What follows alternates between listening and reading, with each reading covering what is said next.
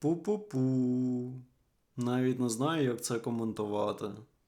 Зазвичай я записую інтро на початку, але в цей раз самому було цікаво, що з того вийде, тож записую наприкінці. Після 3 днів запису. Записаними відосами без монтажу на 5 годин. Якщо ви це бачите, то я якимось чином вижив. Але саме цікаво, що це тільки половина від того, що я планував записати за один раз. Якщо в гайди на минулі відоси по 1,5 години в мене було тільки 40 сторінок, то в цьому було 260. А четвертих. Навіть не знаю, на що я сподівався. Але в цьому відосі записано тільки 120 сторінок. Тож, якщо я вижив цього разу, не факт, що я виживу наступного. А ще потім десь повинні бути UI-компоненти.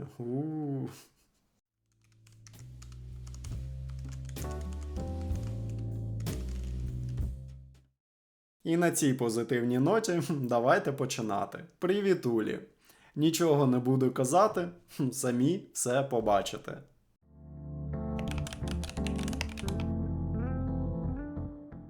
Все, на чому зав'язаний JavaScript у Magento, безпосередньо пов'язано з Require.js. Require.js має багато фіч, з якими ми познайомимося протягом цього відосу. Але перед тим, як ми почнемо, вважаю, що варто подивитися на базову реалізацію, а саме до підключення Require.js. Давайте відкриємо DevTools нашого проєкту, перейдемо у вкладку Network, оберемо JavaScript та оновимо сторінку. І бачимо, як багато JS-файлів завантажується на цій сторінці, при тому, що в принципі наша сторінка гола і нічого особливого на ній немає. І до того, що якщо відкрити вкладку Інспектор та розгорнути head, ми побачимо, що усі наші скрипти додані саме до тегу head. Але кожен з них має атрибут async, тобто кожен з цих скриптів завантажується асинхронно, що дозволяє не блокувати побудову дом дерева. Але якщо ми натиснемо F1 та вимкнемо JavaScript у браузері, знову відкриємо TechHead і подивимося, які скрипти завантажуються зараз, то побачимо всього 3. Це Require.js, Mixins.js та Require.js Config.js. Всі 3 безпосередньо пов'язані з функціоналом саме Require.js. І як ми бачимо, вони не мають атрибуту async. Тобто саме ці 3 скрипти, вони завантажуються синхронно. Звісно, вони могли блокувати побудову дом дерева, але важать вони не так багато. Тож давайте повернемо підтримку JavaScript у браузері. І зараз ми ще цього не знаємо, але кожен з цих скриптів може залежати один від одного. І Require.js зручно допомагає побудувати послідовності та залежності. Та це не єдине, що він може. Але я гадаю, цього достатньо для старту, щоб приблизно розуміти, для чого він потрібен. А чим глибше ми будемо дивитися, тим цікавіші моменти ми знайдемо.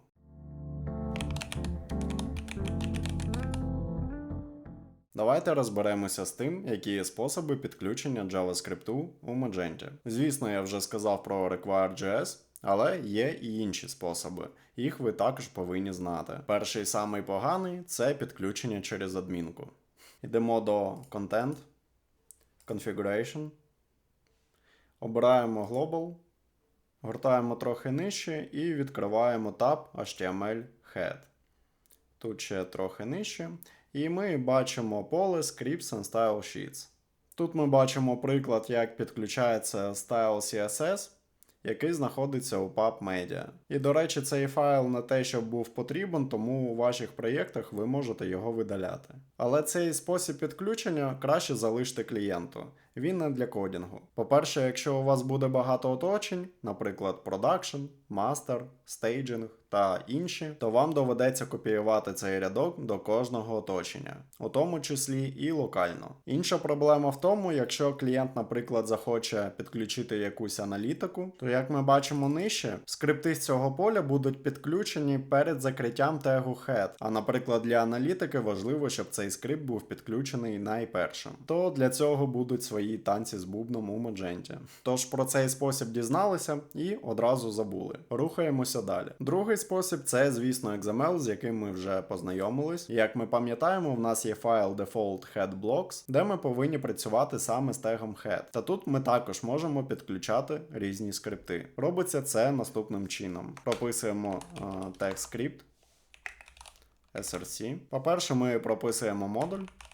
Зараз ми знаходимося в Magento 7. Далі дві двокрапки, які будуть вести до папки Web. І ми вже підключали favicon таким чином. То можемо розгорнути і побачити тут папку favicon. Далі нам потрібно вказати директорію JS, яку ми створимо, і в ній вже наш custom script JS. І далі ми закриваємо цей тег, бо це XML. І так як ми ніяких аргументів всередині не маємо, то треба його закрити. Якщо ви хочете використовувати для таких скриптів атрибути defer чи async, вони тут також доступні. Але єдине, що їх не можна вказувати ось таким чином, тобто без аргументу самого атрибуту, чи також defer. Ми бачимо, що PHP Storm нам підкреслює, що це невалідно. Але HTML атрибути async та defer можуть мати буліві значення, то ми можемо тут сказати true. Так само і для async. Чи false, якщо вам потрібно, але false і так і йде за замовчуванням. Тож давайте перевіримо, що це працює. Створимо директорію JS, custom script. І виведемо якийсь лог. Custom script. І давайте оновимо сторінку, відкриємо консоль і дійсно бачимо наш консоль лог. Якщо ж за допомогою XML вам потрібно підключити скрипт тільки на конкретній сторінці, то звісно замість цього ви обираєте не default headblocks handle, а потрібний вам handle під сторінку, і там ви також можете використовувати тег head. Це буде виглядати наступним чином. Давайте скопіюємо цей файл і переіменуємо. І, наприклад, ми хочемо підключати цей custom script тільки на сторінках категорії. То створюємо каталог Category View XML. Тут прибираємо зайве, залишаємо тільки скрипт, а у Default Head Blocks навпаки видаляємо наш скрипт, який ми створили. Тож оновлюємо сторінку. Бачимо, що нашого консоль-логу немає, але якщо ми перейдемо до категорії Women, наприклад, то бачимо наш консоль-лог.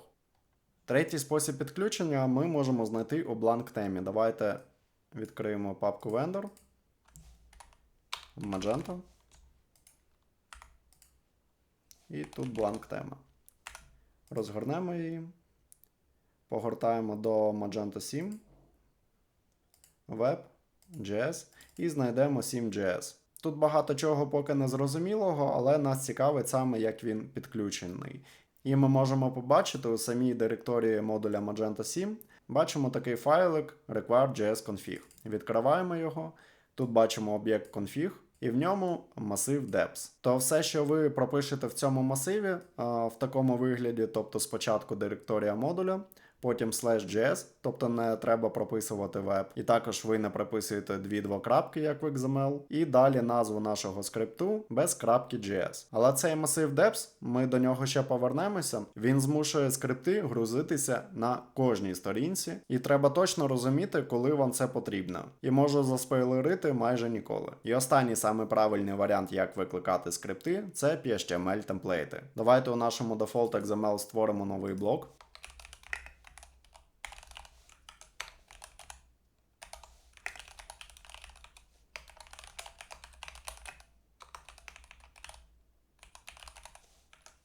І тепер саме такий темплейт нам і потрібен в цьому модулі.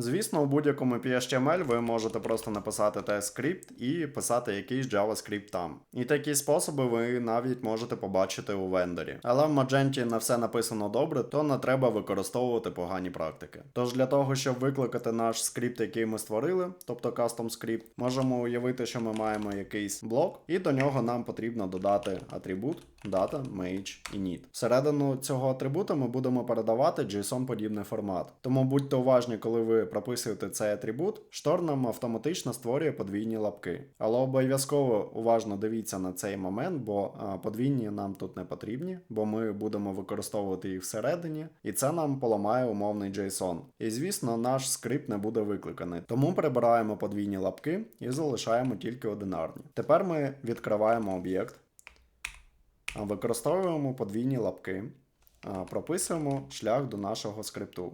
Спочатку це модуль, потім слеш. Цей слеш одразу буде вести до папки web у цьому модулі. Тому далі ми прописуємо JS, тобто директорію JS, пропускаючи web.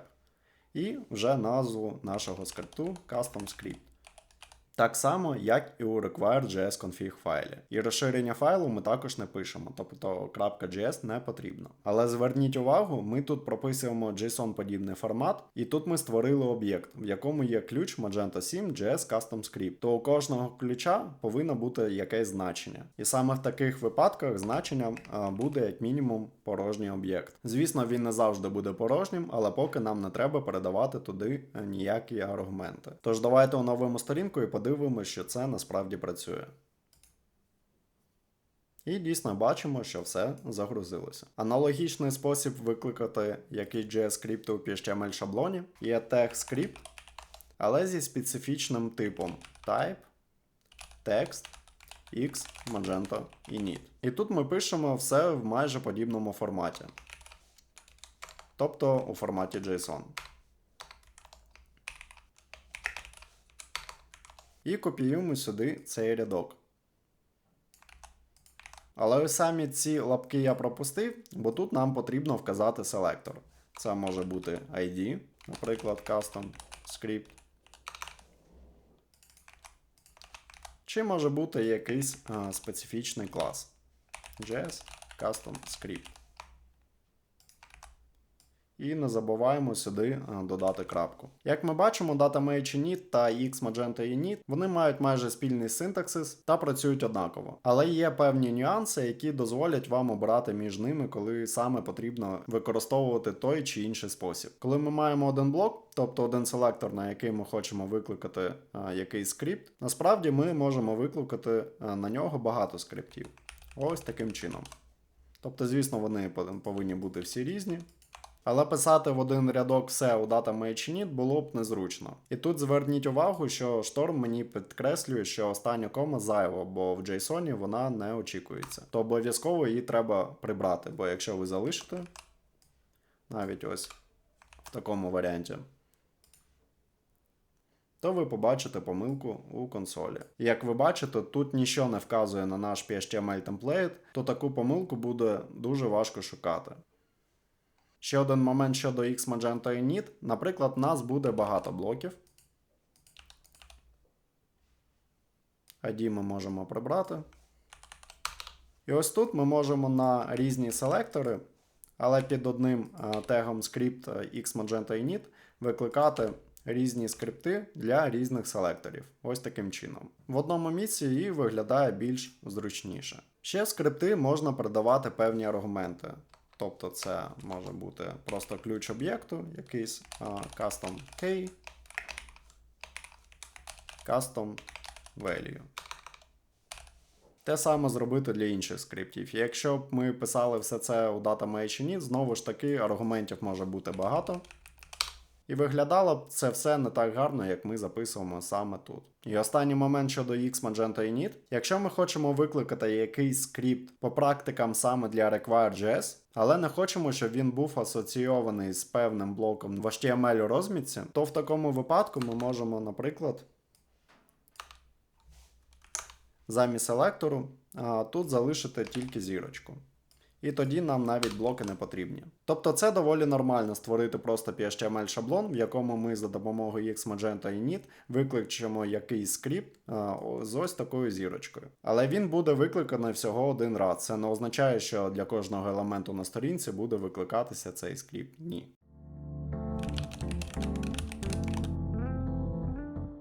Використання require.js у Magenta безпосередньо нас знайомить з двома функціями require та define. Синтаксис їх використання майже однаковий, то давайте їх запишемо. Першим аргументом require та define буде масив залежностей, куди ми будемо передавати посилання на ті скрипти, від яких залежить саме поточний скрипт. То якби наш скрипт, наприклад, залежав від jQuery, то ми прописуємо масив і першим аргументом передаємо jQuery. Те саме і для define. Другим аргументом ми будемо передавати callback функцію.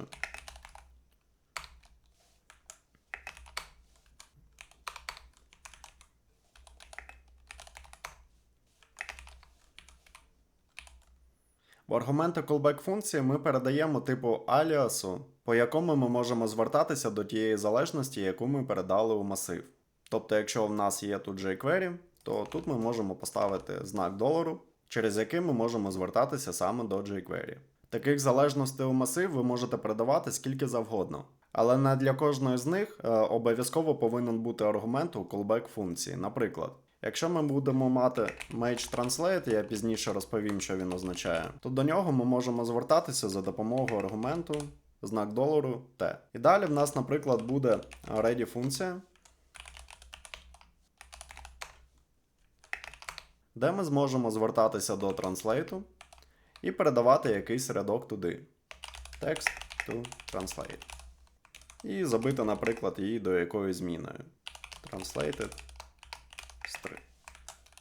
Таким чином, Шторм навіть бачить, що ми використали цей аргумент, тобто умовно аліас, за допомогою якої ми викликаємо функцію Mage Translate. І якщо у вас на проєкті будуть лінтери, вони побачать, що цей аргумент використаний. І не буде проблем з unused variable.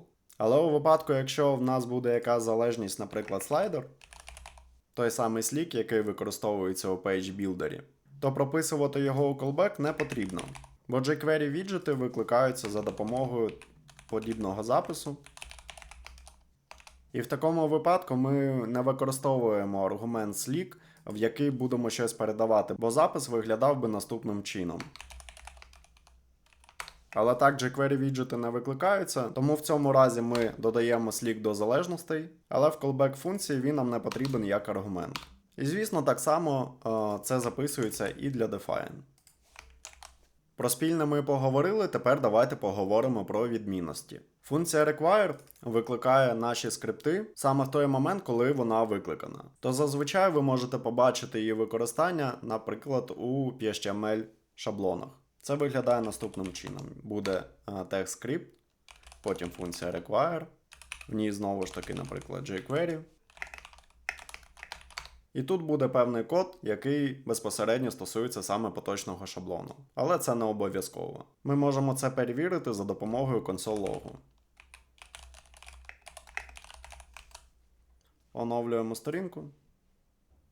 І дійсно бачимо наш console.log. Але якби ми тут написали замість require define,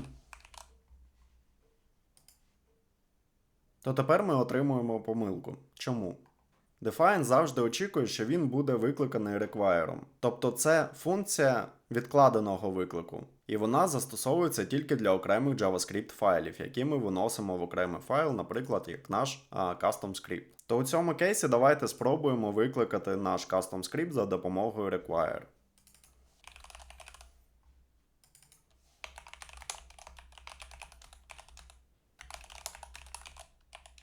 В callback аргументах нам поки що нічого не потрібно, і цей консоль ми також можемо прибрати. Та й просто залишити require без callback функції. А ось у custom script ми можемо поки що залишити просто по jQuery і там, і там.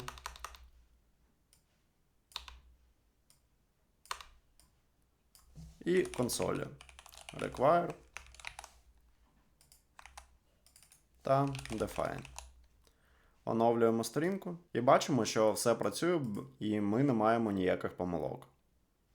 Тож ми бачимо, наприклад, що у PHTML, щоб викликати якийсь скрипт, нам define не підходить, тільки require. Бо він викликається саме тут, саме зараз, коли відрендериться PHTML template. Що ж стосується окремого JavaScript файлу, то звісно ми можемо використовувати і require, і define, і там, і там. І це інколи навіть потрібно, але гарною практикою буде використовувати все ж таки define. Тож давайте розберемося в перевагах та недоліках. Давайте створимо ще декілька JavaScript файлів.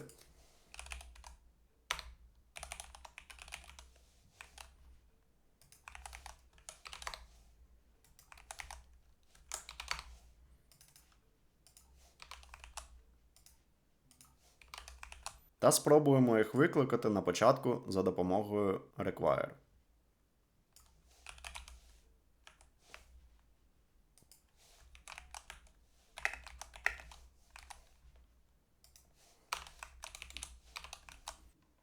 Оновимо сторінку.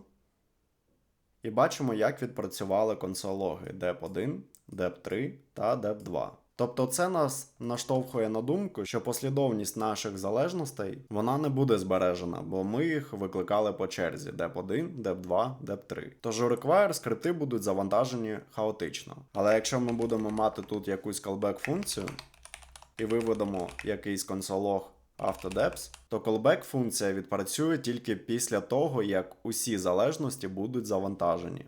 Можемо в цьому переконатися.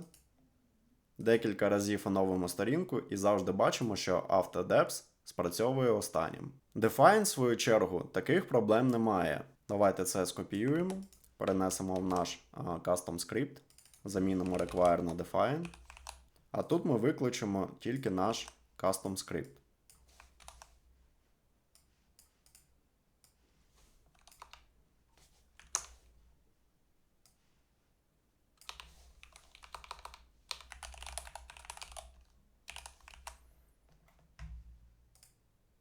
Тепер, скільки б ми не оновлювали нашу сторінку, послідовність залежності завжди буде витримана. Тобто ми бачимо, що завжди dep1, dep2, dep3 саме у тому порядку, в якому ми їх прописали у define. Наступний недолік require, якщо ми у callback функції отримуємо якусь помилку, наприклад, пропишемо console.log, але використаємо її як лог-функцію, якої не існує насправді. То на фронті ми обов'язково отримуємо помилку, що log is not defined, але проблема в тому, де шукати саме цю помилку. Бо, як ми бачимо, нас відсилає на курс тест, тобто на поточний домен, на поточну сторінку, але не вказує, в якому темплейті ми помилилися. Тож, вочевидь, проблеми будемо мати багато. Ще один момент використання require у HTML темплейтах. Уявіть, що в цьому темплейті багато рядків звичайного HTML коду, наприклад, 100, 200, неважливо скільки. Але є фактор читабельності. То якщо ми окрім HTML розмітки, окрім PHP коду, будемо в темплейтах писати ще JavaScript код, розібратися в цьому темплейті буде неможливо. Ще я показував, що ми використовуємо data mage init та xmagenta init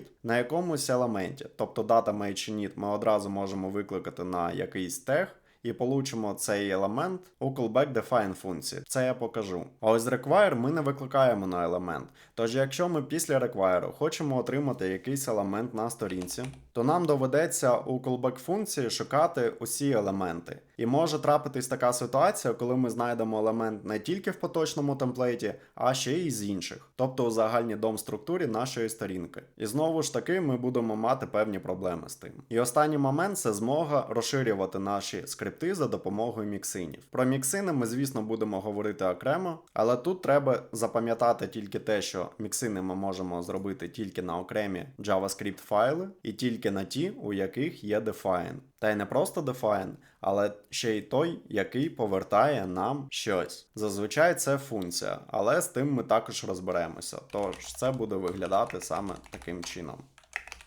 Ось це правильний приклад використання define. Тобто в нас є callback функція, але ця функція також повинна повертати функцію. Чи об'єкт, чи jQuery widget, який також буде об'єктом, як і функція буде об'єктом, але зараз не про це. Головне, щоб ваша callback функція повертала ще щось, на що ми зможемо зробити міксин.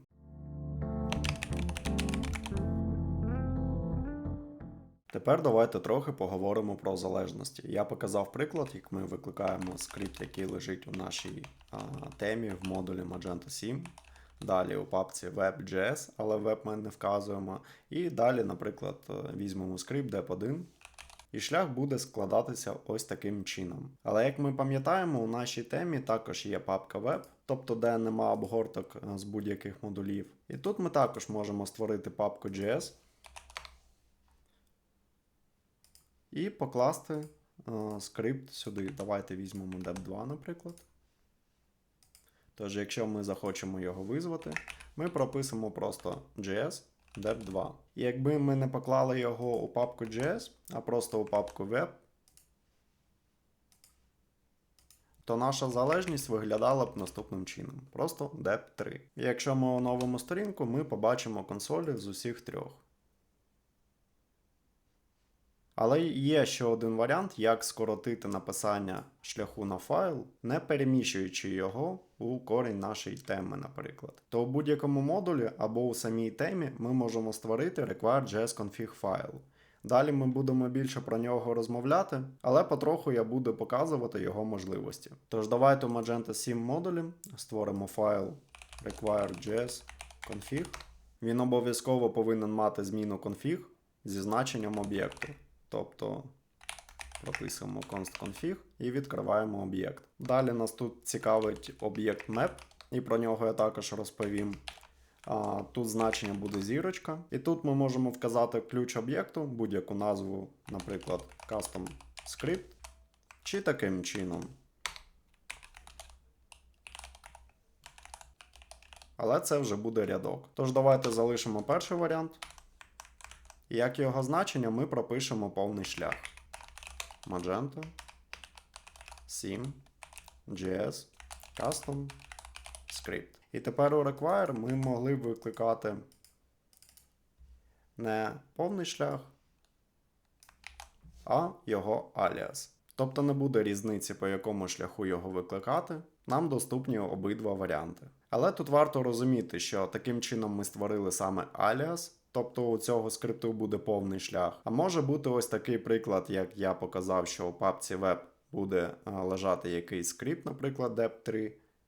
І якби ми його викликали тут, то він виглядав би як аліас, бо це не схоже на повний шлях. Але за виключенням однієї директорії в Magento так не прийнято, тому обов'язково ваші скрипти повинні лежати у папці JS. І тоді ми будемо розуміти, що якщо як мінімум є приставка JS перед шляхом, то це є повний шлях, і ми плюс-мінус зможемо орієнтуватися, де його шукати. Логіка, куди покласти ваш скрипт, повинна працювати плюс-мінус так само, як ми обирали папки модулів та хендли під XML лейаути, під HTML темплейти. Тобто, якщо ви пишете якусь загальну логіку, наприклад, jQuery widget, який ви будете використовувати у багатьох сторінках, у багатьох місцях, то, звісно, в такому разі ви можете у самій темі, у папці Web.js, створити якийсь скрипт, де ви напишете ваш віджет і будете викликати його таким чином чи по аліасу. Але якщо ваш віджет буде стосуватися, наприклад, сторінки категорії чи продукту, то ви, звісно, обираєте модуль Magento Catalog. Чи якщо у вас у папці AppCode є якийсь кастомний модуль на кастомний функціонал, то у темі ви також створюєте папку цього модуля, як з минулих прикладів Vendor Module. Там створюєте папку Web.js і кладете ваш скрипт туди. Тепер давайте поговоримо трохи про практичні залежності, які ви будете дуже часто використовувати. І перше, що спадає на думку, є багато функціоналу, який ми пишемо під проєкти, котрий повинен працювати тільки чи на десктопі, чи на мобільці. І давайте наведемо практичний приклад, як це може працювати. То тут define нам потрібно повернути функцію, як ми знаємо вже. І тут залишимо дві функції для десктопу та для мобілки.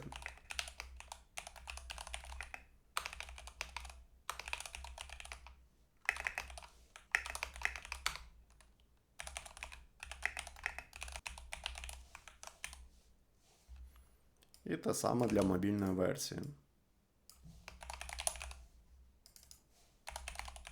І тут нам потрібна функція, яка буде викликати ту чи іншу функцію зверху.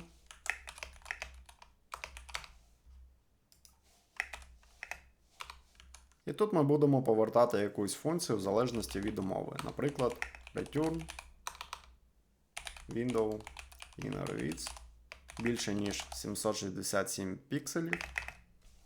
Тоді ми викликаємо функцію для десктопу чи для мобілки. Тепер як entry point нам потрібно її викликати, але не один раз, а кожного разу, коли у нас працьовує resize. То для window ми додаємо listener на resize і викликаємо нашу функцію. Тобто передаємо її як callback. Оновимо сторінку.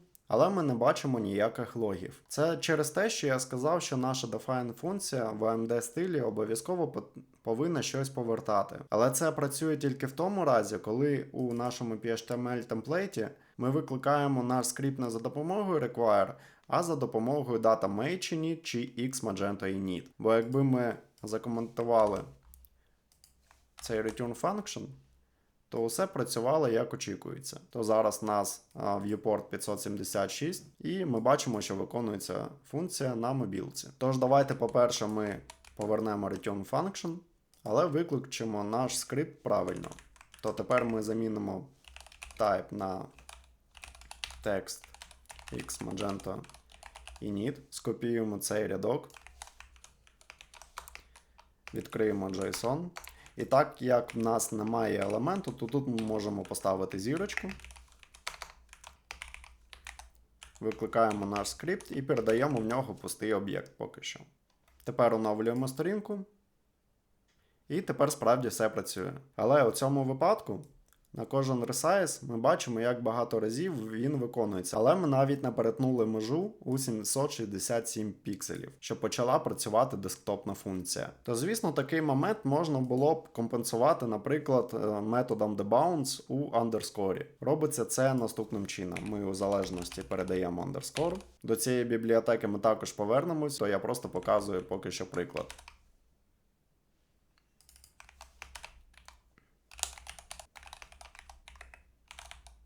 Знову оновлюємо сторінку. І тепер бачимо, що вже не так часто спрацьовує. В принципі, це вирішує проблему, але не настільки гарно, якщо не знати про рішення, яке вже є у Magenta. А в Magenta є така утиліта і називається вона MatchMedia. Callback ми будемо передавати MediaCheck. Чому саме так, я поясню згодом, коли ми будемо розбиратися з файлом require.js-config. Поліпшити цей код можна було б за допомогою зміни innerWidth на MatchMedia. Тут ми як у CSS вказуємо правило min-width 768 пікселів. І давайте трохи підформатуємо його. І тут нам не вистачає matches. Оновлюємо сторінку. Знову намагаємося ресайзити. Але бачимо, що нашу проблему це не змінює, бо коли ми ресайзимо навіть у межах мобільної версії, чи, наприклад, у межах десктопної версії, все одно callback функції спрацьовують. Але у Magenta є утиліта MatchMedia, яка вирішує цю проблему за нас. То давайте її передамо у залежності. Причому це не аліас, він справді знаходиться у папці lib, web. І тут бачимо скрипт MatchMedia. То це просто є прямий шлях. І тепер у callback функцію ми прописуємо MediaCheck. І я згодом поясню, чому саме так, коли ми будемо розбиратися з файлом require.js-config. І тепер ось ці рядки ми можемо замінити на MediaCheck. Media передати той самий breakpoint min-width 768 пікселів.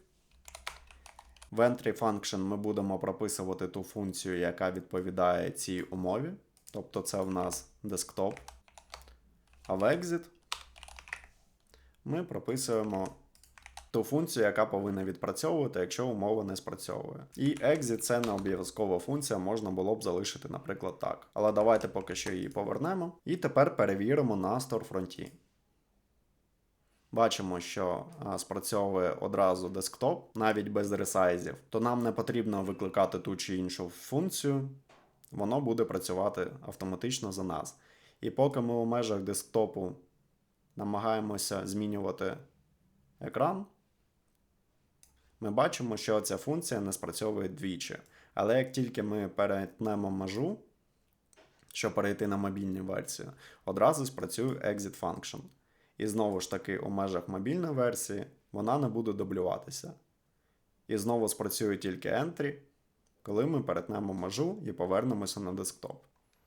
У Magenta є вже багато утиліт, віджитів та багато іншого, з чим ви будете кожного разу стикатися протягом своєї роботи. Звісно, протягом цього відео я не зможу показати всі, але ті, які я використовую дуже часто, я, звісно, вам покажу. Наступна залежність нам допоможе виконувати наш код, коли вже дом-дерево побудовано. Думаю, ви знаєте дефолтні способи, як це зробити. Наприклад, на документ додати listener. І тут прописати якийсь callback. Чи додати в залежність jQuery.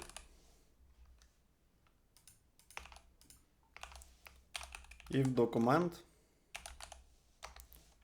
використати ready функцію. Але є спосіб простіший, просто додати DOM-ready і в callback також DOM-ready. І в цю функцію загорнути вже наш callback. І тут писати наш код. Але навіть тут ще можна спростити, просто додавши знак оклику до DOM-ready, прибрати його у callback функції, це закоментити. І повністю все, що буде знаходитися у callback функції define, виконується лише тоді, коли DOM-дерево буде вже побудовано. Ось так просто. Далі давайте знову ж таки повернемося до транслейтів. Я думаю, ви пам'ятаєте, як у XML використовуються аргументи з транслейтом. Наприклад, у нас є logo out, тобто текст з type string. І ми можемо додати атрибут translate_true для того, щоб у разі потреби перекласти це слово чи рядок. У PHTML ми можемо використати PHP-функцію, яка виглядає наступним чином: два андерскори і тут якийсь рядок для перекладу. І звісно, що такий функціонал нам потрібен також і у JavaScript. То я вам вже показав, що є Mage Translate залежність. І якби ми нічого не передавали у callback функцію define, то функція перекладу виглядала б наступним чином: mage, крапка, два андерскори і тут текст. Text to translate. Бачите, дуже схоже на PHP. Але тут є нюанс в тому, що ми використовуємо функцію mage у jQuery, то зараз PHP Storm не розуміє, звідки брати цей метод. Тоді нам потрібно сюди додати ще jQuery залежність. Тоді це буде правильно. Але можна це спростити, прибравши jQuery залежності. І Mage Translate використовувати з аліасом аргументу в callback функції $T.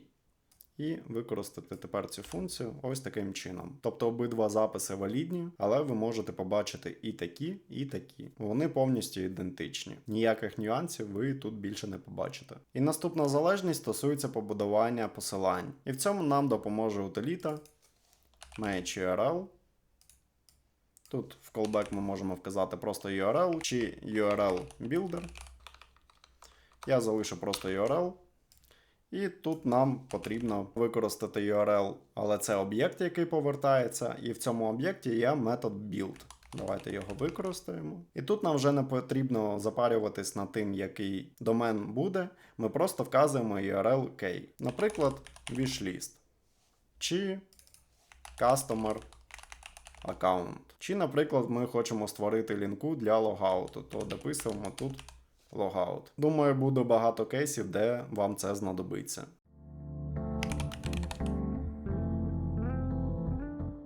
Що ж, давайте поговоримо про те, як передавати опції в наші скрипти. У DataMage та XMagenta init ми передаємо JSON-подібний об'єкт, де ключем буде наш шлях на скрипт чи аліас, а значенням ми до того передавали тільки порожній об'єкт. Але насправді в нього можна передавати якісь опції. Тож давайте передамо щось на кшталт key-value, просто щоб перевірити. Як ми пам'ятаємо, я казав, що однією з перевагою define є те, що в return function ми можемо отримувати конфіг та елемент з PHTML темплейтів. То, по-перше, ми можемо подивитися на конфіг.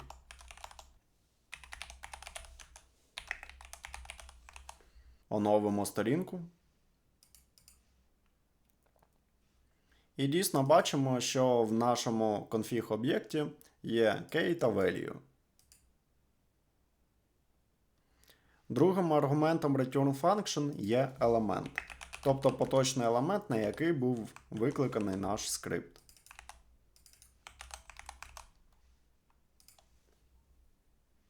І дійсно бачимо, що це div. Але у ситуації, якщо ми у темплейті передаємо багато опцій, то писати все в один рядок не дуже зручно. То для того ми якраз і будемо використовувати XMagenta init. То давайте тепер пропишемо script type text XMagenta init.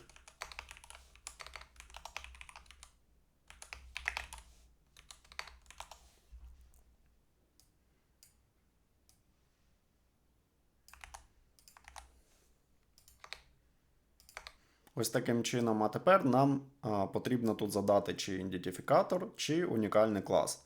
Я полюбляю задавати саме клас, до того ж з префіксом JS, щоб розуміти, що цей селектор буде відповідати саме за JavaScript функціонал.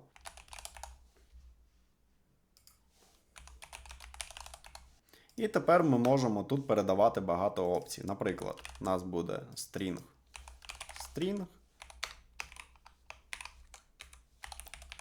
bool true, num 2, array,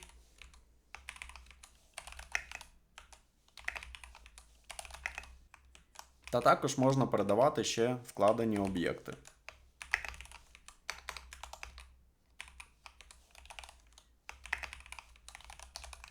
Давайте оновимо сторінку. І дійсно бачимо, що в нашому об'єкті є всі ці опції. Але як я казав, у XMagento Init ми можемо скрипти викликати без елементу, тобто залишаючи тут тільки зірочку. І в такому разі, якщо ми оновимо сторінку, ми побачимо, що в наш елемент приходить false. То це єдиний нюанс, про який потрібно пам'ятати. Тепер давайте подивимось, яке приблизне практичне застосування цих опцій може бути у вас на проєкті. Наприклад, у нас буде якийсь не div, а input, type text. І тут ми захочемо викликати якийсь календар. Давайте одразу клас правильний створимо. І викличемо наш custom script на цей input. Опції ми поки що приберемо. І в define нам потрібна залежність Mage календар. А також ще й jQuery, бо це jQuery widget. Нагадую, що елемент це HTML елемент, і щоб отримати jQuery об'єкт з нього, треба обгорнути його у функцію jQuery. Ось таким чином. І тепер сюди ми можемо викликати календар, поки що без опцій. Давайте перевіримо, чи вийшло у нас це. Бачимо, що конфіг об'єкту в нас порожній, елемент в нас input, і якщо ми тицькаємо на нього, бачимо, що календар в нас працює. Але бачимо, що перший день в нас неділя. Що якщо ми хочемо це змінити? То звісно, при ініціалізації скрипту ми можемо вказати first day, наприклад, понеділок. Оновлюємо сторінку. І дійсно бачимо, що тепер Monday. Але певно ми хотіли б, щоб наш календар залежав від налаштувань для поточного StoreView. Вони знаходяться в адмінці.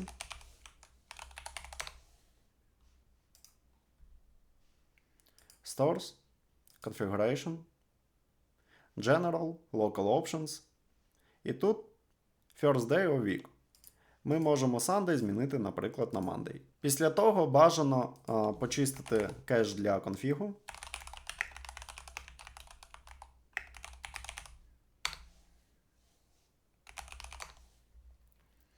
І навіть якщо ми тут приберемо First Day, який ми обрали для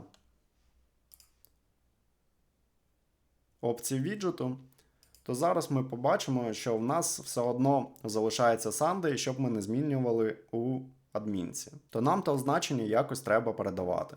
Тоді для початку давайте зробимо таку штуку. Ми передамо у нашому PHTML темплейті First Day. І спочатку залишимо один, тобто Monday. І у нашому скрипті First Day ми візьмемо з конфігу, котрий ми передаємо. Ось таким чином. То можемо оновити сторінку, подивитися, що дійсно понеділок застосовується, і в нашому об'єкті конфігу є First Day 1. Тепер буде трохи магії на бекенді, і я це покажу тільки для загального розуміння. Вам на практиці то робити не потрібно. Якщо буде дійсно така ситуація, що якийсь конфіг вам потрібно отримати у PHTML шаблоні, ви повинні питатися про це у бекенд команди. То з минулого відео в нас залишився наш модуль, vendor model, і в ньому ми створювали view-модель custom. Давайте його переіменуємо до local, буде більш логічніше. Відкриємо її. Тут у нас також буде локаль. В залежностях нам потрібен буде scope config, інтерфейс. І щоб його використовувати, треба передати у конструктор.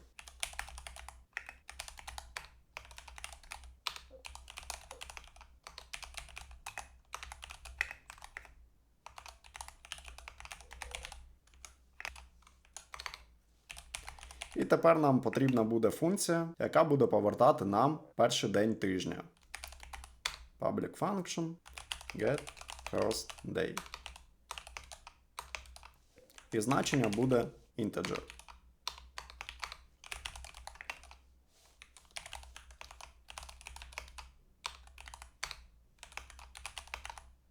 Отримуємо значення з адмінки, це general, local, first day. А другим значенням в нас буде store. Тепер цю view-модель нам потрібно передати у наш блок у вигляді аргументу.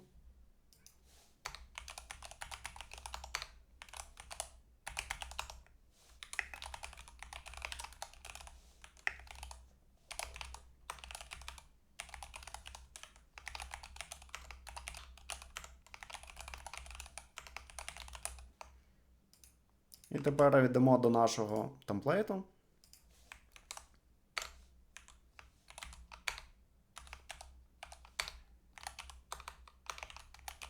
Прикидуємо зміну var в нашу view-модель.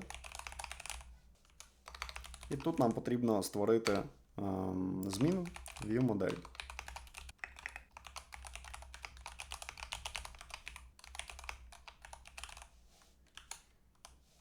І щоб нам не підкреслювало блок, давайте до зміни додамо клас темплейту.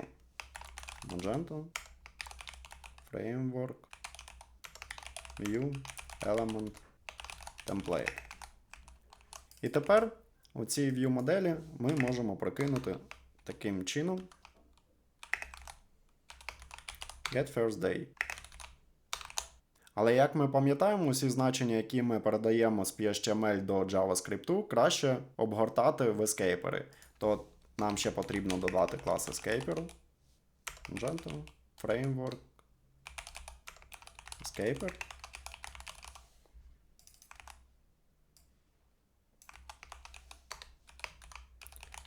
Тут нам вже потрібен escaping escape.js.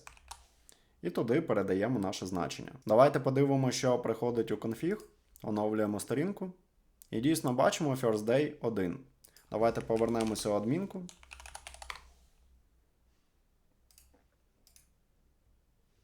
І змінимо це значення, наприклад, на вівторок. Знову оновлюємо сторінку. І дійсно бачимо firstday 2. І тут в календарі все правильно відпрацьовує.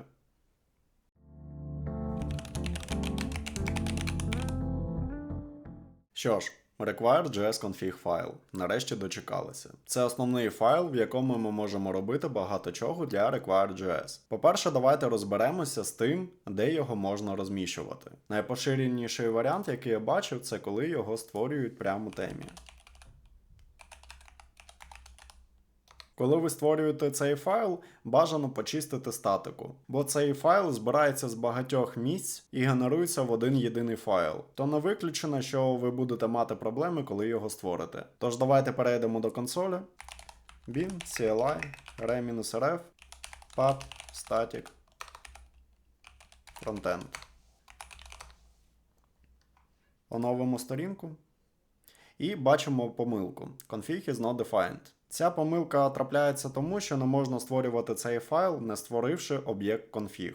То нам тут потрібна зміна config зі значенням об'єкту. Він може бути порожнім, але обов'язково повинен бути створеним. Давайте ще раз оновимо. І бачимо, що все добре, помилок немає. Тож усе, що ми будемо робити в цьому файлі, буде стосуватися певних скриптів. Та відповідно залежати від того, де ці скрипти знаходяться. Тож, якщо ми створюємо якийсь специфічний скрипт, який нам потрібен, наприклад, тільки на сторінках продукту чи категорії, то ми обираємо модуль Magento Catalog. То відповідно не дуже логічно створювати цей файл у корені теми, бо для цього в нас буде модуль Magento Catalog. І ми сюди будемо створювати окремий require.js config файл, в якому буде певна взаємодія з файлами саме під цей модуль. Зверніть увагу, що ми створюємо require.js config файл не у веб-папці, а саме чи одразу у темі, чи у папці модуля. Так само, якщо в нас будуть якісь арії у модулю, наприклад, admin.html для адмінки, base для адмінки та фронтенду, та фронтенд тільки для сторфронту, то в кожну з цих папок ми можемо створити окремий require.js config файл. Ось таким чином. Що ж, з цим моментом розібралися, давайте зайве повидаляємо.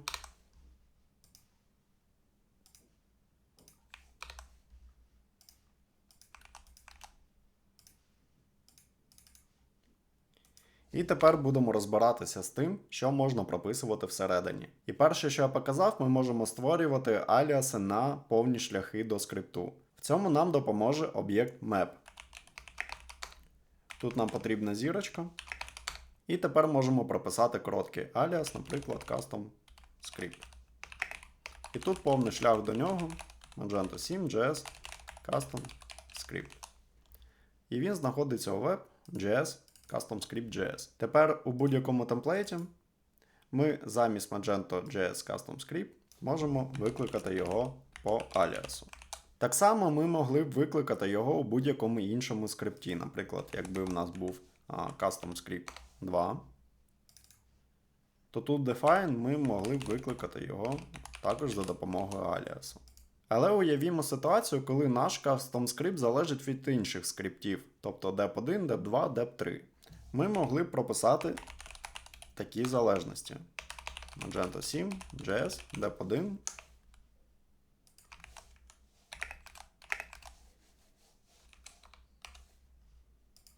dep2 та dep3. І так само ми ці залежності могли б скопіювати в інший скрипт, наприклад, custom script 2.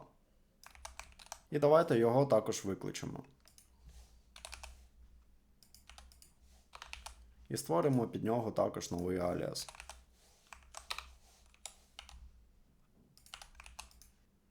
Оновимо сторінку. Бачимо, що наші залежності підгрузилися. Але у map є ще одна цікава особливість. Тепер уявімо, що з кожного dep1, 2, 3 ми також хочемо створити аліаси.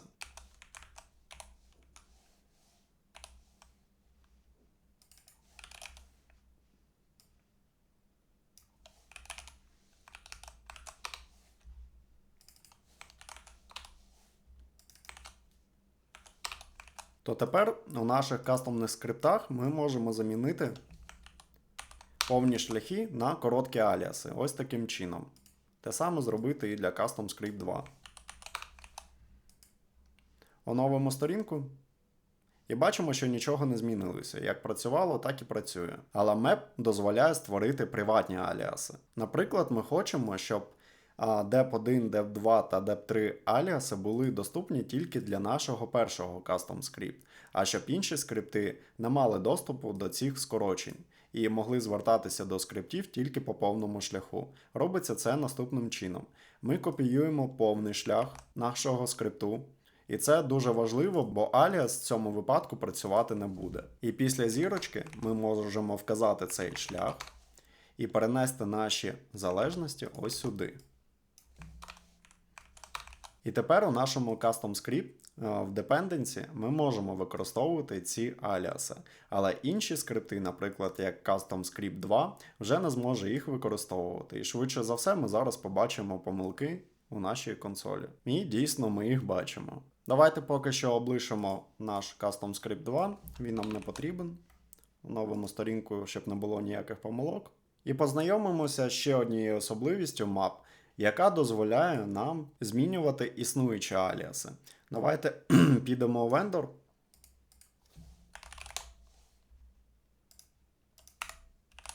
Модуль теми.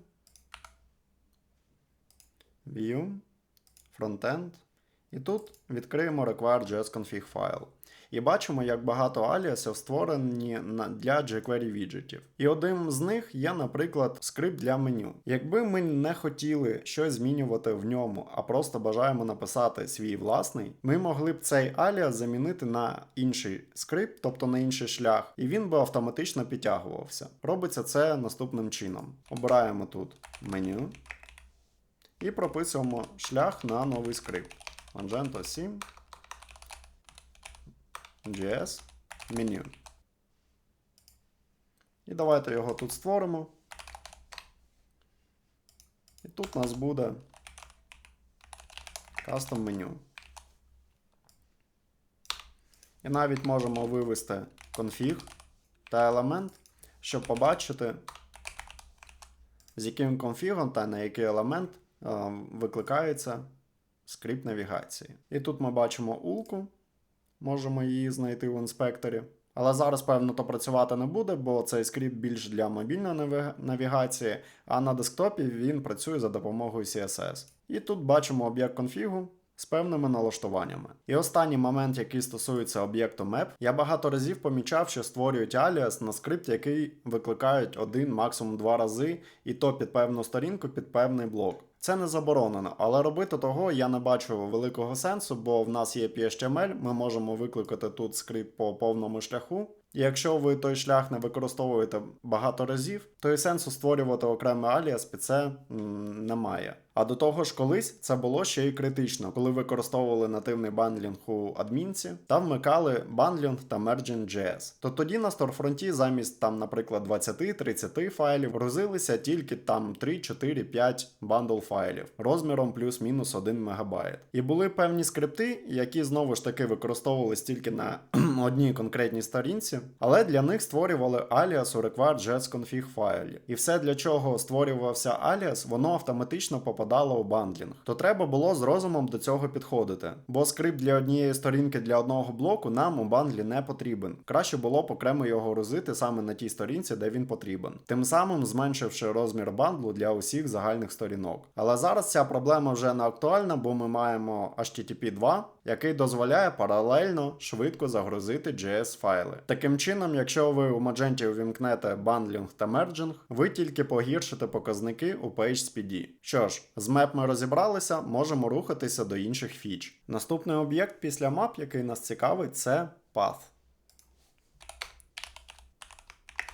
Він має певні схожі властивості з map. Він також може змінювати шляхи, може створювати аліаси, але відмінність в тому, що map розрахований на локальні файли, які ми створюємо саме в нашому проєкті. А ось path використовується для зовнішніх скриптів, які ми можемо завантажувати, наприклад, по CDN, чи також для локальних скриптів, але які не написані в AMD форматі. Тобто, наприклад, в них немає define функції та немає return function. Тож, як ми бачили, наприклад, у Magento є Sleek, але Sleek вже застарий, він давно не підтримується. Якби ви хотіли працювати з чимось новішим, то можна було побрати інший слайдер. І як приклад, можемо підключити Swiper. Давайте підемо до браузеру і загуглимо Swiper.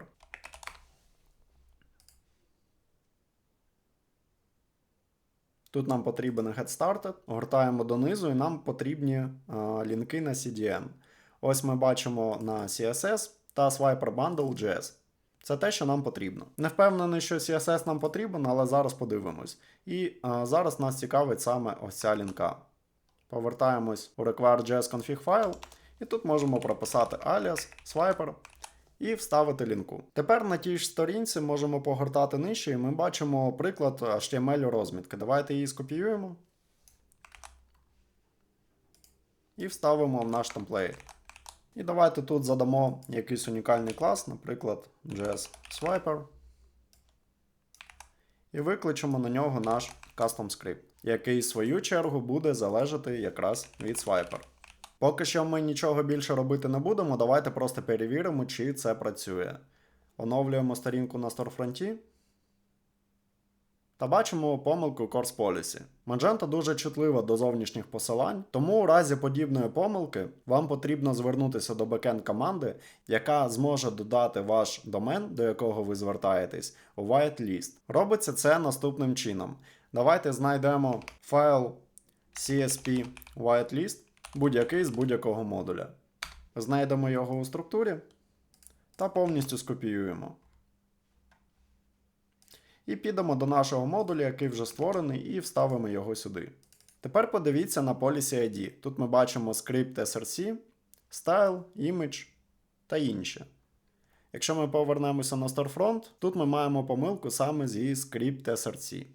Тож, зайве ми прибираємо. Як value ID ми залишаємо якусь кастомну назву, наприклад, Swiper. А в домен ми вказуємо той домен, з якого ми намагаємось стягнути поточний скрипт. І ще тут можна прибрати копірайт. І тепер нам достатньо буде почистити кеш конфігу.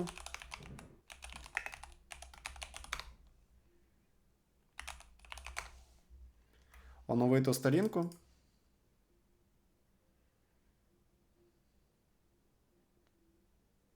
Та тут ще ми бачимо помилку, що в нас шлях веде на JS.js. То тут треба запам'ятати, що у require.js config файлі ми не вказуємо розширення файлу. То тут JS треба прибрати. Оновлюємо ще раз сторінку. Все. Усі помилки ми пофіксили, можемо рухатися далі. Можемо подивитися, наприклад, ініціалізації свайперу. Десь вона тут повинна бути. І тут нам потрібно викликати New Swiper та передати сюди селектор. Та якщо не помиляюсь, замість стрінги селектору можна ще передати готовий HTML-елемент, знайдений у DOM-дереві. Тож йдемо до нашого скрипту. Та в принципі частково ми можемо все це скопіювати. Тільки замість селектору ми можемо передати сюди одразу елемент. Оновлюємо сторінку на сторфронті. І бачимо наступну помилку, що swiper is not defined. Чому? Бо, звісно, треба передати його у callback. Знову оновлюємо сторінку. Тепер ми бачимо, що помилок немає, наче все працює, але ми не бачимо результат, бо, певно, ми не підключили стилі. Але зараз ми тим займатися не будемо. Але тут цікаве питання, що робити, якщо в нас не працює лінка на цей JS файл. Наприклад, відвалився CDN чи змінилися посилання. Давайте тут, наприклад, додамо двієчку. Оновимо сторінку. І тепер бачимо 404, що файл не може бути завантажений. В цій ситуації ми можемо підстрахуватися. Ми можемо просто завантажити той файл, покласти його, наприклад, в якусь окрему директорію, наприклад, lib. Вставляємо той файл сюди. І тепер у path ми можемо вказати не рядок, а масив з пріоритетністю завантаження. І тож сюди першим буде посилання на CDN, а другим айтемом ми передамо локальний файл, який знаходиться в нас в Magento 7, JS, lib, swiper, bundle, min. І ось в такому разі ми можемо тепер оновити сторінку. І бачимо, що помилка в нас все ще є, тобто посилання не працює, нам повертає 404, але тут ми бачимо, що слайдер все ж таки плюс-мінус працює, хоча ми цього і не бачимо. Наступний об'єкт, який нам доступний у require.js config файлі, це об'єкт shim. Тут ми можемо вказувати залежність одного скрипта від іншого скрипта. Зазвичай ми прописуємо залежність одразу у define, наприклад, jQuery, MatchMedia та інші. Але що якщо ми будемо писати тут нашу логіку, але сам jQuery нам, наприклад, не знадобиться. Але все одно нам потрібно буде, щоб наш скрипт завантажувався обов'язково тільки після jQuery. То, наприклад, ми можемо видалити jQuery з define, піти до shim, взяти чи повний шлях на наш скрипт, чи його аліас. І тут у якості значення ми можемо передавати масив залежності, як у define, і тут, наприклад, вказати jQuery. Тож таким чином ми даємо зрозуміти require.js, що наш custom скрипт повинен завантажуватись тільки після jQuery. Але якщо ми jQuery не використовуємо у нашому скрипті, то можна не передавати його тоді у define. Що стосується запису, то в чим ми можемо передавати як повний шлях на скрипт, так і його аліас.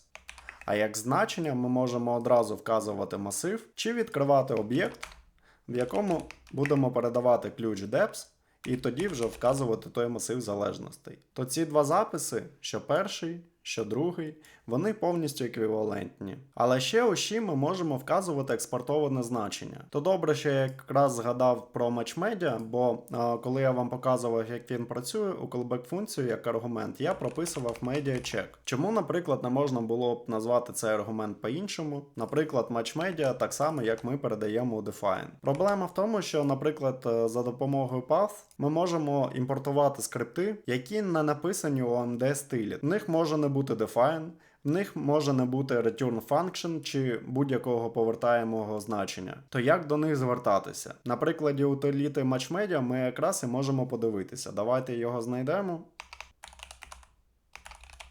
І тут ми бачимо, що наш скрипт нічого не повертає взагалі. Але створена глобальна зміна MediaCheck, яка заасайнена до глобального об'єкту Window. І як значення цього ключа є функція, в яку ми власне і передавали тоді ключі Media, Entry та Exit Function. Тож, якщо ми всередині скрипту створили якусь глобальну зміну, але не повертаємо її як функцію, то для цього нам і знадобиться shim з його експортом, і прописується це наступним чином. На прикладі першого варіанту ми не зможемо вказати експортс. А ось коли ми відкрили об'єкт, де ми передали deps, причому deps передавати в такому разі вже не обов'язково, нам потрібно просто тут додати експортс і як рядок вказати, яке значення ми хочемо повертати. Хай це також буде custom script. Але щоб наш аліас та значення були відмінні, давайте, наприклад, напишемо global. І тепер у нашому скрипту замість define і усього AMD стилю по написанню скриптів ми могли просто до Windows додати custom script global та якусь функцію. І тепер, якби в нас був якийсь інший скрипт, наприклад, custom script 2, то у define ми передавали як залежність custom script, тобто наш аліас, а у callback функцію ми передавали б те значення, яке ми заасайнили до глобального об'єкту Window. Рухаємося далі. Наступне, що нас цікавить, це об'єкт config. І так він називається так само, як об'єкт config, який ми створили у require.js config файлі, тобто config у config. І загалом цей об'єкт використовується для створення міксинів. Але про міксини ми поговоримо окремо, тож давайте покажу ще одну штуку, яку можна створити в цьому об'єкті конфігу. Для цього нам потрібно вказати повний шлях на скрипт будь-який. І тут варто зазначити, що аліас в цьому прикладі працювати не буде. Тож давайте скопіюємо наш custom скрипт. І ось сюди, на прикладі того, як ми у темплейті передаємо об'єкт конфігу, наразі він порожній, давайте, наприклад, щось сюди напишемо. Value from HTML хай буде. І якщо ми у нашому скрипті законсолимо об'єкт config,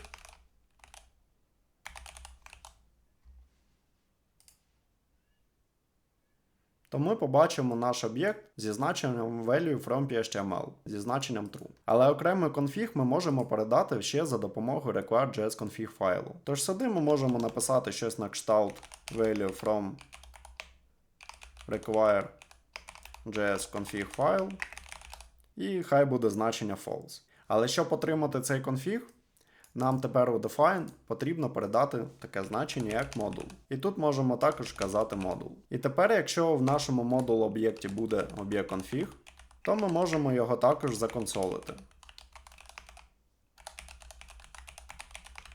Але треба цей конфіг викликати як функцію. Давайте оновимо сторінку та подивимось.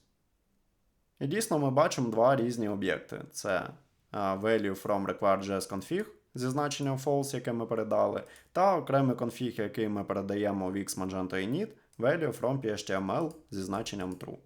Іноді бачив, як за допомогою цього передають якісь токени, але це не дуже гарний приклад, бо цей токен вам все одно доведеться хардкодити тут, а це не дуже гарна практика. І останній момент, який я вже показував, це масив deps. Головне не плутати його з тим масивом deps, який ми передаємо у shim. Тобто у shim це масив залежностей, а ось у корені нашого об'єкту config у require.js config файлі цей масив створений для того, щоб ми передавали сюди скрипти, які повинні бути викликані на всіх сторінках. Наприклад, якщо зараз в PHTML ми видалимо наш X Magento init, то жодних консолей ми не побачимо. І для того нам потрібно взяти наш custom скрипт, передати масив deps, оновити сторінку, але все одно жодних консолей ми не побачили. Чому? Якщо ми повернемося до custom script, то ми бачимо тут return function. І ось усі скрипти, які підключені за допомогою deps, вони позбавлені того функціоналу, щоб ми могли повертати якусь функцію. То якщо ми одразу define щось законсолимо, то дійсно бачимо наш console.log, тобто сам скрипт він підгружений і він працює. Але нічого повернути ми звідси не зможемо. Тож це перший недолік використання масиву deps. А другий заключається в тому, що якщо ви створюєте якийсь модуль чи тему, які будуть встановлені за допомогою композеру у vendor папку, де ви не зможете нічого редагувати, і там таким чином підключити якийсь зі скриптів, які повинні бути завантажені на кожній сторінці, то ви не залишаєте змоги видалити цей скрипт у проєктній темі чи модулі. А все, що не можуть контролювати інші розробники, то погано. До речі, тут замість повного шляху ще можна використовувати аліаси. Але зверніть увагу, що я сюди його передав як рядок, а не як зміну.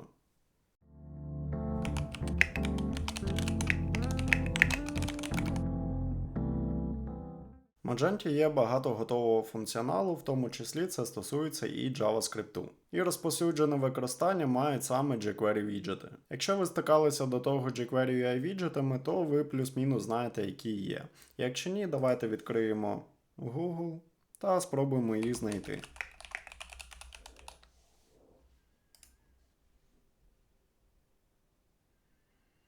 І ось на jQueryui.com ми бачимо список усіх віджитів. Їх тут не так багато, але функціоналу мають вони достатньо. Але так як ці віджити розраховані на те, що буде певна HTML-розмітка під них, то якби ви додали їх в чистому вигляді до Magento, вам багато чого довелось би адаптувати. Та ще й до того jQuery віджити мають власні CSS-стилі, і перебивати їх, певно, було б не так зручно. Що зробили у Magento? Додали ці jQuery віджити, але зробили обгортки для них. І список усіх віджитів можна знайти в офіційній документації Magento. Давайте також її знайдемо.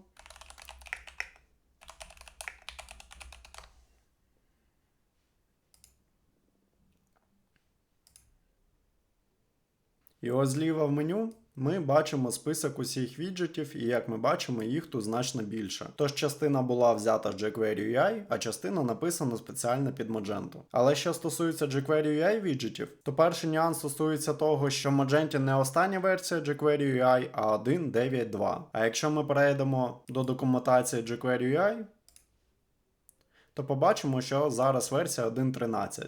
Тобто остання в нас закінчилась на 1.9.2, потім було 1.10, 1.11, 1.12 і остання 1.13. Тож ви повинні розуміти, що багато функціоналу, який є в новітніх версіях jQuery UI, можуть бути недоступні у Magento. Але загалом, в принципі, там вистачає з чим працювати. І наступна нотатка, яка є в офіційній документації, тут йдеться про те, що Magento не має jQuery UI стилів з коробки. Тобто JS-функціонал він створений, а от стилі ви повинні прописувати самі. Бо багато де вони будуть відрізнятися, а перебивати дефолтні стилі не дуже зручно. Тож насправді це не баг, а фіча. І також тут йдеться про те, що якщо вам потрібні якісь стилі, ви можете спокійно піти до jQuery UI та скопіювати все, що вам потрібно. Але ці віджити потребують не так багато стилів, то швидше під вашу задачу буде написати власні. До того ж, вони все одно будуть відрізнятися по вашому проєктному дизайну від тих, що мають дефолтні jQuery UI віджити. І якщо ви оберете якийсь з існуючих віджитів, який вам потрібен, у документації вам покажуть, як його викликати, яка HTML-розмітка під нього повинна бути, та які опції цей віджит може мати. Тож ви проведете тут дуже багато часу, особливо якщо не набили руку ще на тому. Що стосується розташування цих віджитів, вони знаходяться у папці lib, web. jQuery UI віджити знаходяться у jQuery, UI Modules. І тут ми бачимо список усіх віджитів. А маджентівські віджити знаходяться у папці Mage. І вони одразу тут, без папки Widgets. Тож плюс-мінус по назві цих скриптів ви можете орієнтуватися, що вам потрібно шукати, чи одразу йти в офіційну документацію та шукати там. І додаткова перевага використання таких віджитів, ми можемо одразу їх викликати у DataMage Init чи у X Magento Init з тими конфігами, які нам потрібні. Наприклад, якщо ми повернемось до віджиту акордеону, то ми тут побачимо стандартне використання jQuery плагінів, коли ми викликаємо якийсь елемент по селектору у jQuery об'єкті, а потім на нього ініціалізуємо наш віджит. Але якщо ми погортаємо донизу, ми знайдемо приклад, по-перше, HTML-розмітки, яка нам потрібна, а по-друге, ми побачимо, що одразу за допомогою DataMage Init викликається віджит акордіону, і в нього передається об'єкт з конфігом. І таким чином нам не треба створювати якийсь додатковий скрипт, в якому ми будемо викликати цей віджит. Це і спрощує використання та зменшує розмір коду.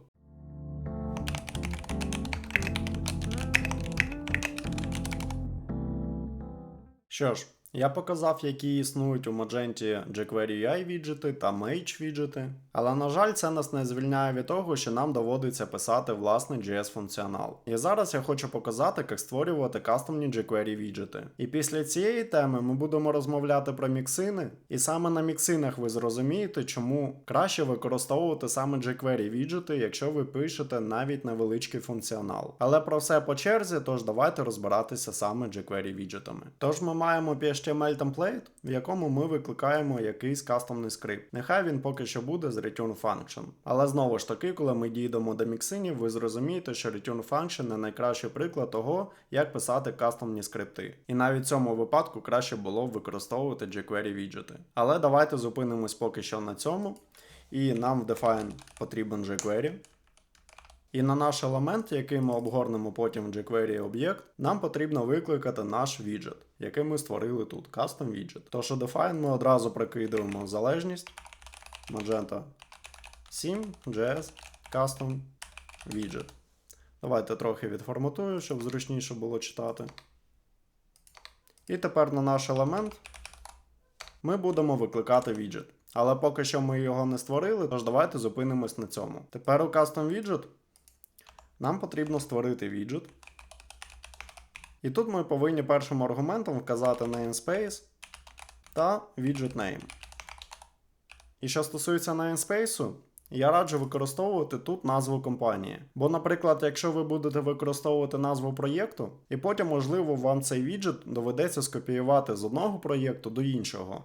І після цього замінювати усі назви, тому краще використовувати щось більш глобальне, наприклад, назву компанії, яка навряд чи буде змінюватися найближчим часом. І, наприклад, якщо jQuery UI віджити використовують namespace UI, то маджентівські віджити використовують namespace Mage. Але краще не брати ні той namespace, щоб легко було відрізнити, де дефолтні віджити, а де ваш кастомний. Тож давайте поки що тут залишу vendor, а widget name використаю як custom widget.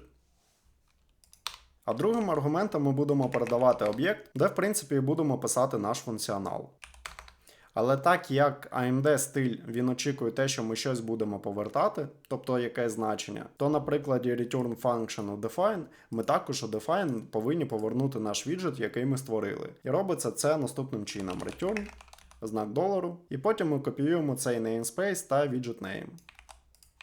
Ось таким чином. І тепер ми можемо скопіювати назву нашого віджиту. І там, де ми викликали на наш елемент цей віджит, ставимо крапку, custom widget і викликаємо його. Але так як ми тут використовуємо значок $, це наштовхує на думку, що тут необхідний jQuery. І так, це дійсно так. Тож у define ми закидуємо jQuery. Але так як ми звертаємося до jQuery, і тут використовуємо його метод widget. Це говорить про те, що ми використовуємо специфічний функціонал, а саме jQuery UI Factory по створенню нових jQuery віджитів. То щоб у вас у консолі не було помилок widget is not defined, до того ж ця помилка не завжди з'являється, то треба не забувати про те, що у define нам треба прокинути залежність саме від Factory. І робиться це наступним чином. Ми прописуємо jQuery UI Modules widget.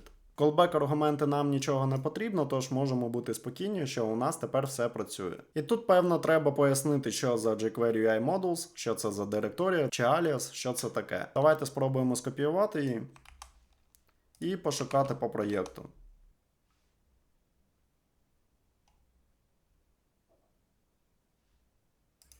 І тут ми бачимо, що jQuery UI Modules, як alias, це шлях просто на папку jQuery UI Modules. Тож знайти її можна у папці lib, web, jQuery, UI Modules. І тут ми звертаємося до widget.js, саме той скрипт, який ми передаємо у залежність у define. Тепер, що стосується написання функціоналу. У Widget Factory є два методи: create та init. Якщо ми виведемо логи,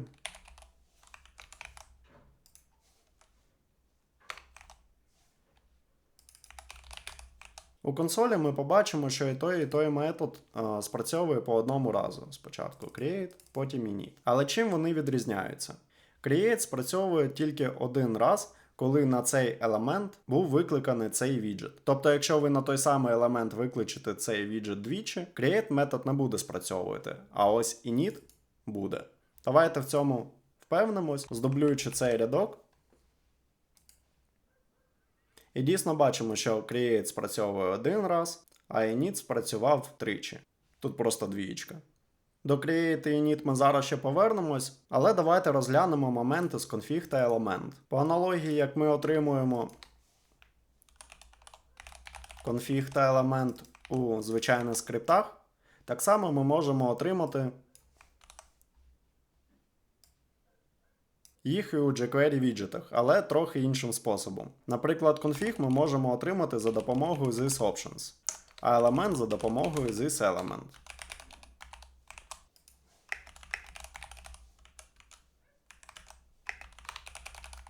До того ж, цей елемент вже jQuery об'єкт. Тобто його не треба обгортати додатково в jQuery функцію. Давайте оновимо сторінку. І ми бачимо, що у CustomScript ми отримуємо порожній об'єкт та div, поточний елемент, на який був викликаний поточний скрипт. А ось у об'єкті, який ми отримуємо в thisOptions, тут вже є певні ключі у об'єкті, але які ми не створювали. А в thisElement ми отримуємо jQuery об'єкт, де нульовим елементом буде той самий div. І, наприклад, у jQuery віджиті ми можемо додатково створювати якісь зміни у Options, які ми зможемо перебивати при ініціалізації цього віджиту. Наприклад, у нас буде якийсь рядок, string, зі значенням default value. І давайте тут його отримуємо.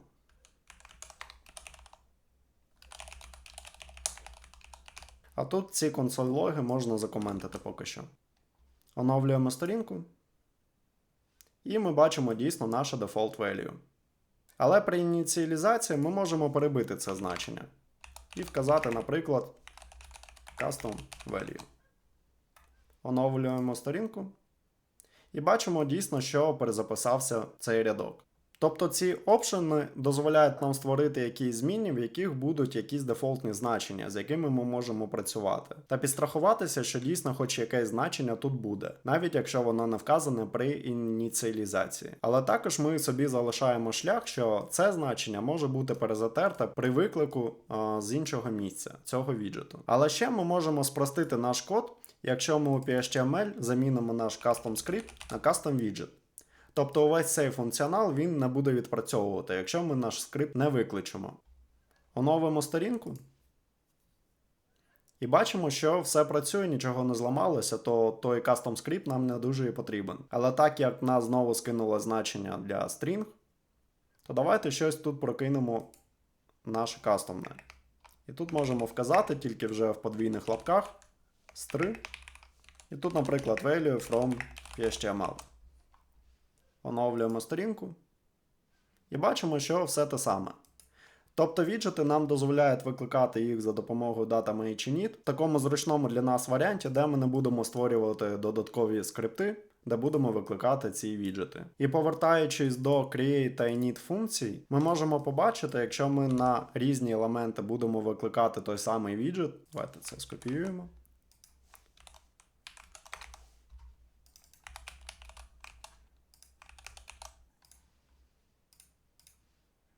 То на кожний з елементів, кожний з цих методів create та init буде спрацьовувати по одному разу, якщо ви викликаєте їх саме за допомогою DataMainInit чи XMagento-init. То з огляду на те, не так важливо, яку з цих функцій ви оберете як entry point. Але з власного досвіду можу сказати, що я частіше обираю саме init метод. Бо загалом jQuery віджити використовують на HTML розмітку, і мені важливо, щоб при кожній ініціалізації я був впевнений в тому, що усі DOM-елементи, які мені потрібні, я буду мати на старті мого віджиту. Тож зазвичай у init методі я роблю якісь перевірки, чи всі DOM-елементи присутні. Наступний момент стосується event-лісенерів, і це питання буде комплексне, де я буду зачіпати інші моменти також. Тож я тут накидав трохи коду, давайте з ним розбиратися. По-перше, ми на наш елемент викликаємо наш custom widget. Після того буде відпрацьовувати init function, де на поточний елемент ми створили listener на клік, який просто буде нам повертати консольку. І далі після цього виклику віджиту ми ще на поточний елемент вже у іншому місці також додаємо event на клік з callback функцією, яка також нам буде повертати консольку. Давайте подивимося, як це працює. Ось на клік. Ми маємо дві консольки click from widget і click from script. Саме в тому порядку, в якому я і показував. Але ось давайте тепер уявімо ситуацію, якщо нам треба знищити наш віджит, тобто, щоб він більше не працював. Робиться це наступним чином. Ми беремо цей рядок, де ми викликали custom widget. І ось в такому вигляді ми намагаємося ініціалізувати наш віджит. Але якщо ми як аргумент передамо рядок, то ми можемо викликати будь-яку функцію тут. Давайте це перевіримо. Наприклад, створимо якийсь метод. І спробуємо його викликати тут. І дійсно бачимо, що цей метод працює. До того ж, нього можна було передавати деякі аргументи. Наприклад, об'єкт зі значенням A1. І тут якийсь аргумент типу obj. Його також можна законсолити. Оновимо ще раз сторінку. І дійсно бачимо, що як аргумент приходить цей об'єкт зі значенням A1. Тож запам'ятали, що таким чином ми можемо викликати в одному місці методи іншого віджиту та ще й передавати в нього аргументи. І таким чином ми можемо знищити наш віджит, якщо ми замість метод 1 використаємо метод destroy. І тут важливо, що ми використовуємо саме публічний метод. Давайте це приберемо поки. Оновимо сторінку. Клікаємо. І в цей момент, після того, як виконався консолог click from script, у нас повинен був задестроїтися наш віджит. І давайте тоді повторно клікнемо, щоб це перевірити.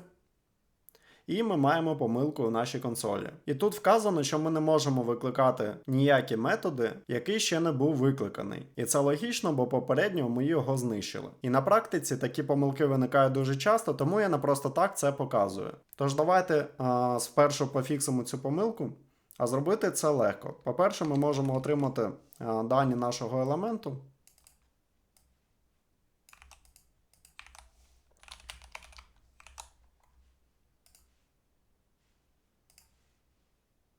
І бачимо, що в нас є об'єкт з ключем vendor custom widget. Але коли ми розгорнули, ми його вже не бачимо, бо ми тільки що знищили цей віджит. Але що нас хвилює, це саме ключ, який тут застосований. Тобто ми бачимо, що спершу йде з маленької букви namespace, потім вже без крапки, але з великої букви custom, і далі name. Тобто ми беремо цей момент і замість крапки і наступну букву ми робимо з великою.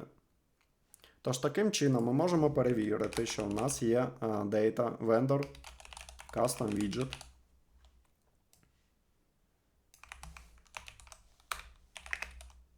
І зробити таку перевірку.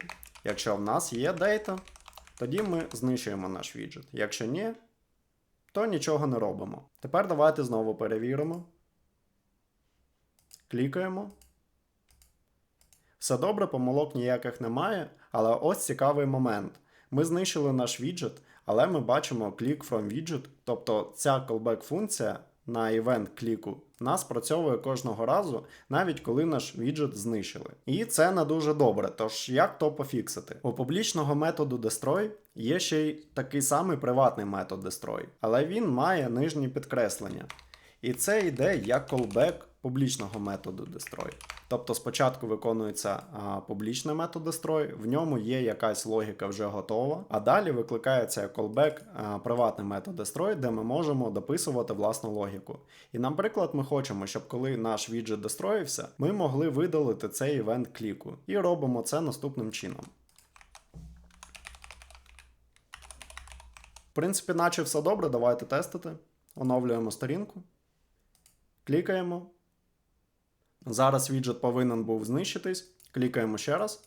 Але чомусь ми не бачимо click from script, хоча цього ми не очікували. А це стається, бо ми для поточного елементу повністю виробили всі клік-івенти. Але як зробити, щоб ми могли вимикати івент тільки поточного віджиту, тобто функціоналу? І це зробити легко, якщо до івенту додати ще namespace. Так само, як ми додавали до віджиту. І тепер на клік, наприклад, ми можемо додати кастомний namespace custom widget, який навряд чи буде десь співпадати. Ну і звісно, замість custom widget у вас буде якась нормальна назва для того функціоналу, який ви зробили в поточному віджеті. Давайте оновимо сторінку, перевіримо.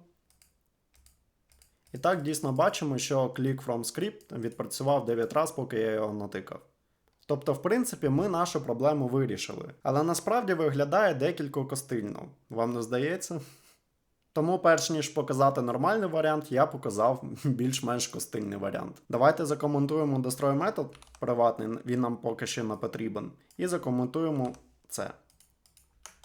Тепер ми можемо звернутися до приватного методу on. Цей метод вже існує у jQuery UI Factory, тобто функціонал jQuery віджитів, який ми можемо використовувати з коробки. І першим аргументом ми передаємо той елемент, на який ми будемо чіпляти івенти. А другим аргументом ми будемо передавати об'єкт з івентами. І в даному випадку нам потрібен клік.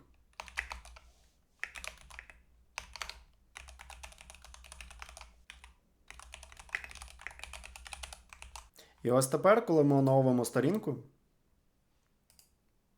клікаємо, бачимо click from widget, але коли ми другого разу клікнемо, знову ж таки оновлюється тільки click from script.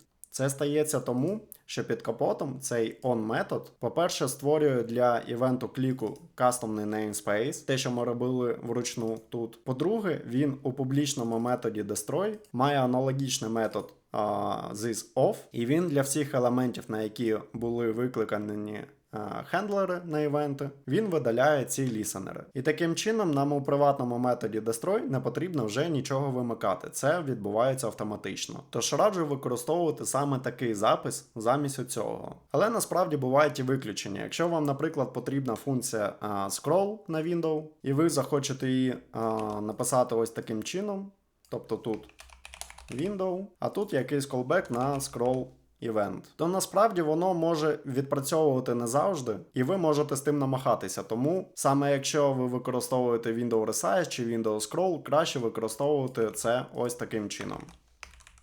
Тобто, як ми записували спочатку. Window, on. Але все ж таки namespace краще залишати, тож на scroll у нас буде таким чином. І в цьому варіанті вам треба буде не забути у destroy функції приватній вимкнути цей івент.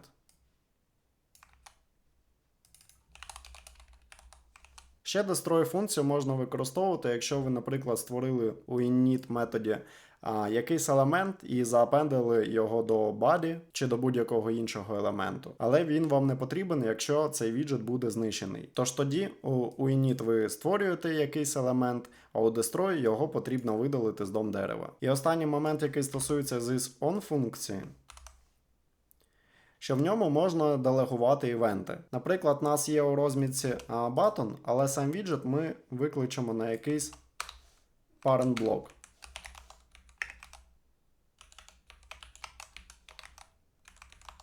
А кнопок зробимо декілька. Тож у клік ми можемо ще передавати селектори.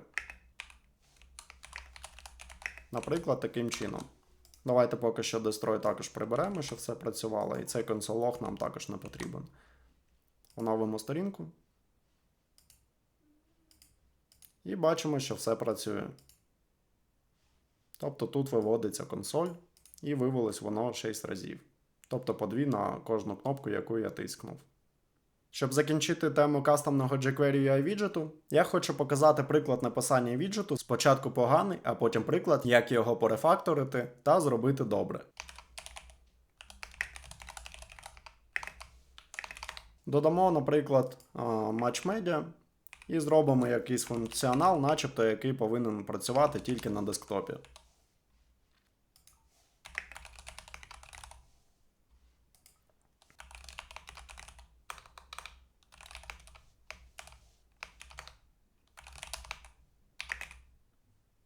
Тут ми передаємо invis 768 пікселів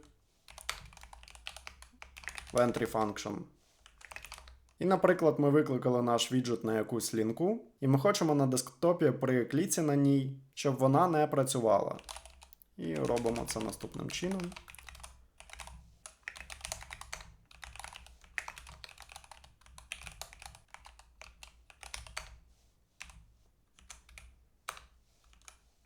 А на exit function ми цей івент видаляємо. Але так як у цій функції контекст буде інший, то this нас не відпрацює так, як ми очікуємо. То тут нам потрібна ще зміна, наприклад, self хай буде. І замінюємо таким чином. Але виглядає все це не дуже добре, тож давайте створимо якийсь віджит refactored.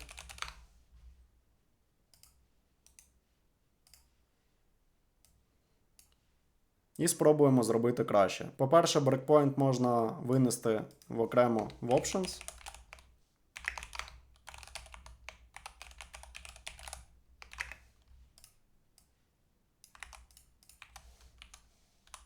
Бо це значення ми, наприклад, зможемо змінювати за допомогою міксинів чи при виклику цього віджиту. І тут замінюємо таким чином. Далі entry метод ми можемо винести в окремий метод. Наприклад, onDesktop. І тут прописуємо його, але тут нам потрібно додати this. Тобто this – це контекст поточного віджиту. І щоб тут ми могли використовувати this, нам треба цей контекст передати за допомогою bind. І тепер це зробити ось таким чином. І тепер те саме зробити для мобілки.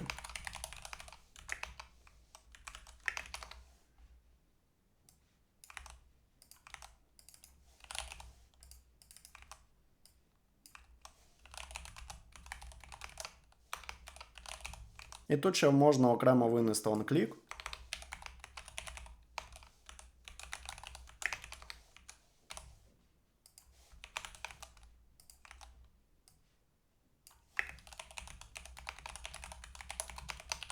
Але як ми пам'ятаємо, ми маємо приватний метод on, тож давайте замінимо це на нього.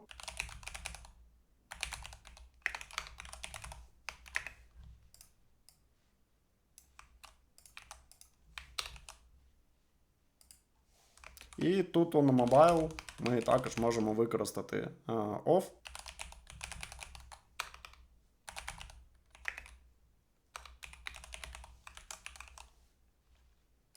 І як бачимо, тут зміна self нам взагалі не потрібна тепер. І так, коду візуально стало більше, але виглядає він гарніше і більш читабельно. В ньому простіше буде орієнтуватися. Тож на цьому все.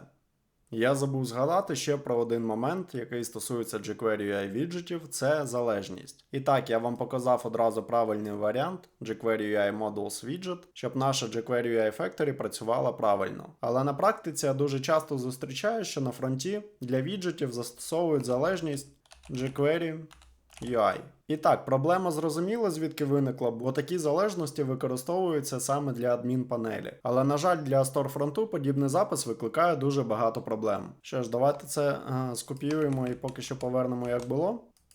І подивимося для початку до консолі. І бачимо, що жодних зауважень тут немає.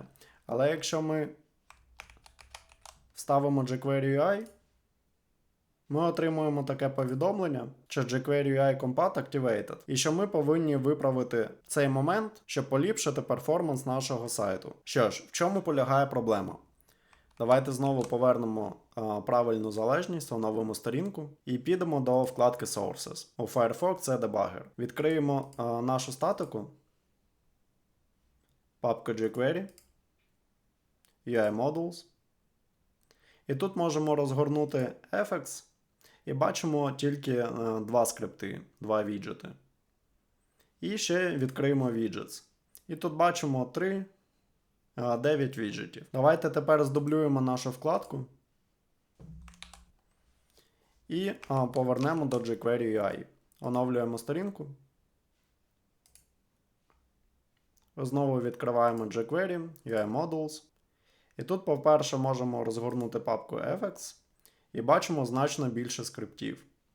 І ще можемо розгорнути Widgets і бачимо, що скриптів стало значно більше, вочевидь більше, ніж 9. Чому це стається? Давайте спробуємо пошукати по проєкту jQuery UI. І краще увімкнути маску require.js config.js. І тут бачимо, що багато віджитів, які є у jQuery UI, вони посилаються на jQuery UI. Так, це трохи дивно, але зараз ви зрозумієте. Тут варто подивитися, що area цих скриптів це admin.html. Наприклад, тут jQuery UI завантажується на всіх сторінках, але знову ж таки тільки для адмінки, тобто admin.html. І ось ці скрипти, які ми зараз бачимо, які посилаються на jQuery UI, вони також посилаються саме для admin.html. Якщо ми погортаємо ще нижче, бачимо, як багато цих скриптів. І бачимо такий рядок, де jQuery UI – це аліас для скрипту jQuery UI, тобто це вже JS файл. І він собі об'єднує всі віджити. І так як перформанс для адмін-панелі він не такий важливий, то в принципі це допустимо. Але ось на сторфронті завантажувати взагалі усі віджити – це не дуже ок. І зворотня ситуація, зараз я знайду і покажу вам. Ми бачимо, що вже для Area Frontend jQuery UI – це зворотній аліас, і він посилається на скрипт jQuery Compat, лог з якого ми якраз бачили у консолі браузеру. Тож давайте спробуємо відкрити цей Compat.js і бачимо, що у Define він завантажує взагалі усі віджити, які нам доступні. А якийсь один віджит може залежати від іншого, і тим самим завантажує ще якийсь віджит, якого нема тут у Define. І після того, як він все це завантажив, він якраз викидає нам warning, який ми побачили у консолі. Тож тут обов'язково треба запам'ятати, що jQuery UI залежність ми можемо використовувати тільки виключно для адмінпанелі. І в жодному разі не використовувати для віджитів, які будуть завантажені на старфронті. Тож як тільки ви у браузері побачили таке повідомлення від jQuery Compat, це означає, що ви десь у проєкті неправильно використали залежності, чи не ви, може, ваша команда, чи попередня команда, яка працювала з тим. І вам потрібно буде шукати усі співпадіння по JS-файлах з цією залежністю jQuery UI і замінити її усюди на jQuery UI Modules віджит, де ми використовуємо тільки один віджит, який нам потрібен, щоб побудувати наш власний. І до речі, що стосується залежностей, я тут не показав ще один момент, що ваш кастомний віджит може наслідуватися від іншого існуючого віджиту. Наприклад, як зроблені Mage віджити, тобто маджентівські, які наслідують jQuery UI віджити. Тож, наприклад, залежність ви можете передати віджит Tabs, чи будь-який інший віджит. І наслідувати його за допомогою такого запису. Тобто ми створюємо наш новий віджит на основі існуючого віджиту, і тут ми можемо використовувати як кастомні методи, так і перезаписувати існуючі. І це відносна альтернатива міксинів, які зараз ми будемо розглядати.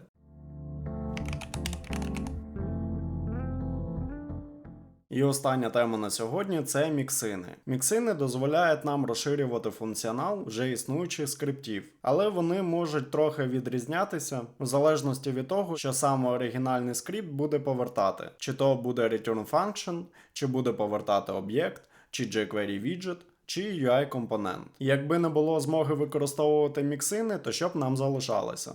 Наприклад, у нас є function.js з функцією, яка повертається, і тут могло б бути багато рядків коду. І система фолбеків діє як на HTML темплейти, на less стилі, то так само діє вона і на JS файли. Тож, наприклад, у нашому модулі vendor-module у папці web.js є function.js. І таку саму папку я створив у нашій темі.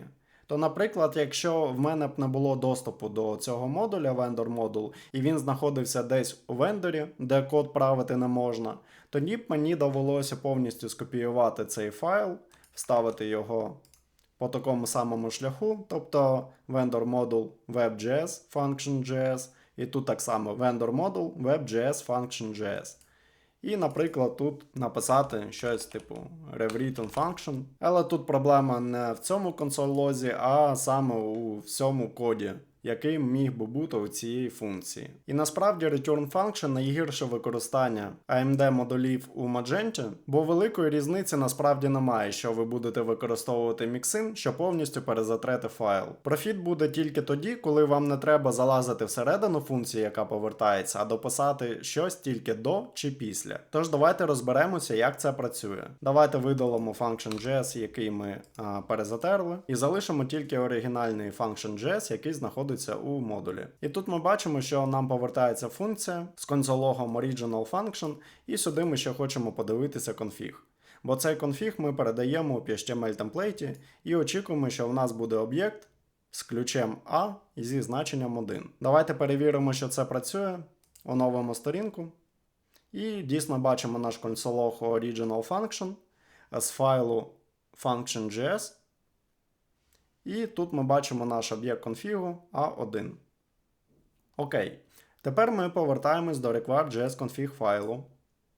І останній об'єкт mixins, який знаходиться у config, ми так і не розглянули. То давайте подивимось, як записується приклад якогось міксину. Сюди ми передаємо повний шлях на наш скрипт.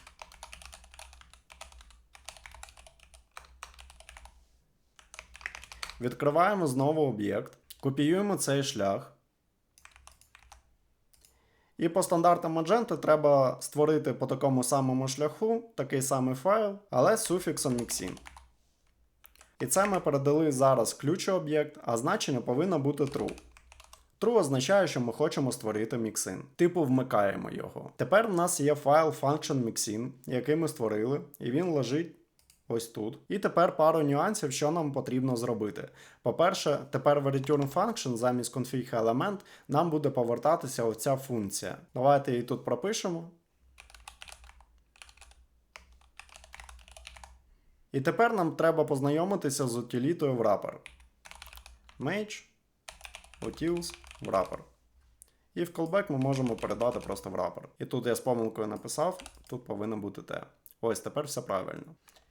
І тепер у return function ми знову повинні повернути. Але тепер використовуємо wrapper та його метод wrap. І першим аргументом ми якраз передаємо оцю extended function. Давайте я трохи відформатую, бо воно не влазить в екран. А другим аргументом нам приходить callback функція вже з оригінальною функцією, яка буде залишатися без наших змін. І далі по аргументам нам буде приходити все те, що було у цій функції, тобто config element. Можемо їх скопіювати та вставити ось сюди. І давайте знову трохи відформатую.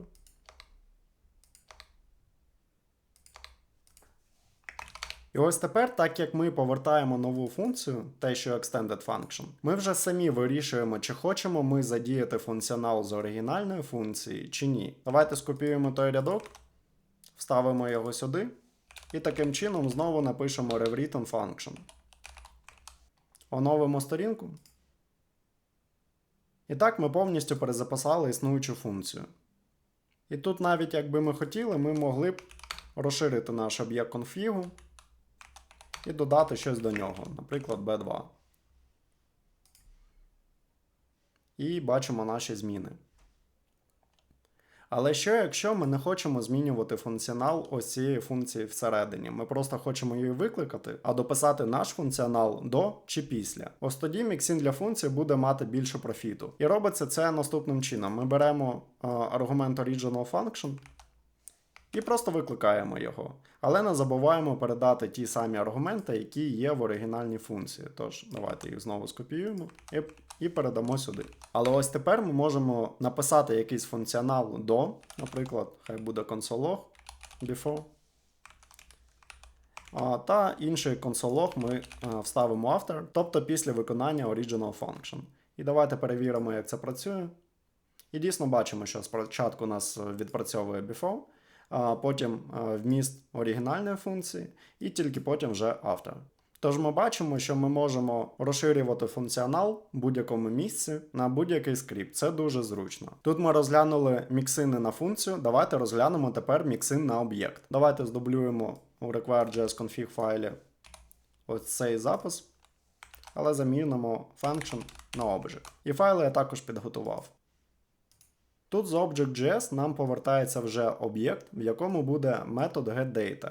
В ньому також будуть аргументи, які ми законсолимо. Всередині створена зміна R, тобто array, яка повертається. Але сам себе об'єкт не викликає, то на цей випадок я створив Script.js, в якому передав define наш Object.js і в якому я буду викликати цей метод getData. Але тепер у темплейті треба замінити function на script.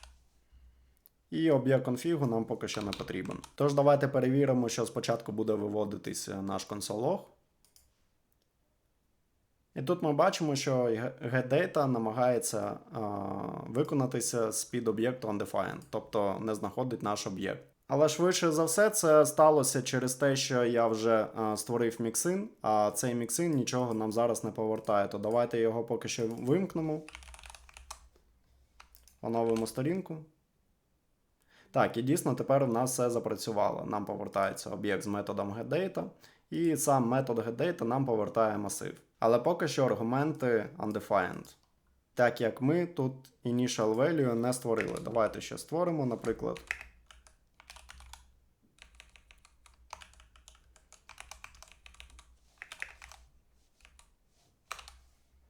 Аргумент 1 та аргумент 2 хай буде. Тепер для Object Mixin нам також знадобиться утиліта wrapper. Давайте скопіюємо цей рядок. В return function нам буде повертатися original object, який ми, власне, і будемо одразу повертати. Але перед тим, як його повернути, ми можемо щось в ньому змінити. Наприклад, ми можемо створити новий метод. New method. Function. І у Script.js ми можемо викликати цей новий метод. Хоча, як бачите, шторм не бачить, бо він намагається знайти тільки у Object.js, а там ще такого методу немає. І давайте тепер у require.js config файл знову увімкнемо наш mixin і подивимося, як це спрацює. І дійсно бачимо, що в нашому об'єкті вже є новий метод, і console.log new метод також виводиться. Давайте це приберемо поки що. І, наприклад, ми хочемо не створити новий метод, а перезаписати існуючий. Тож давайте скопіюємо назву getData. І тут замість звичайної функції нам потрібно звернутися якраз до утиліти wrapper. Але тепер ми будемо використовувати не wrap метод, а wrap super. Як аргумент, по-перше, ми будемо повертати оригінальний метод, а далі в нас буде просто callback. І ось цей метод wrapSuper дозволяє нам використати таку директиву, як thisSupper. І по факту ми можемо одразу повернути this. Якщо ми оновимо сторінку, в принципі нічого не зміниться. Ми бачимо наш array та два аргументи, тобто той консоль, який є у оригінальному методі. Тобто ця директива thisSupper дозволяє виконати все, що було в оригінальному методі. І якщо з прикладом у функції нам потрібно було просто цю функцію викликати та передавати аргументи туди, то в Object Mixin нам достатньо викликати thisSupper.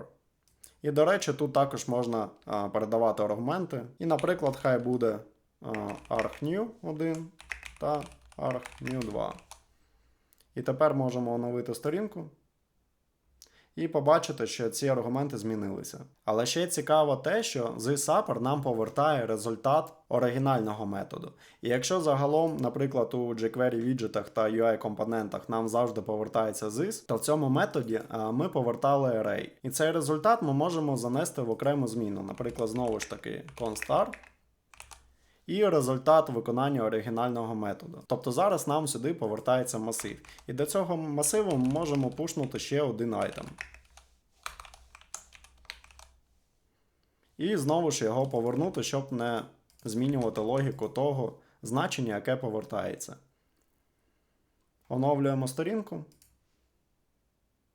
І бачимо, що кількість айтемів не змінилася. А не змінилась вона через те, що ми не чіпаємо оригінальний метод. Тобто цей консоль, він залишиться з тими значеннями, які є зараз тут. А ось, наприклад, у Script.js, коли ми викликаємо метод getData, ми можемо його законсолити.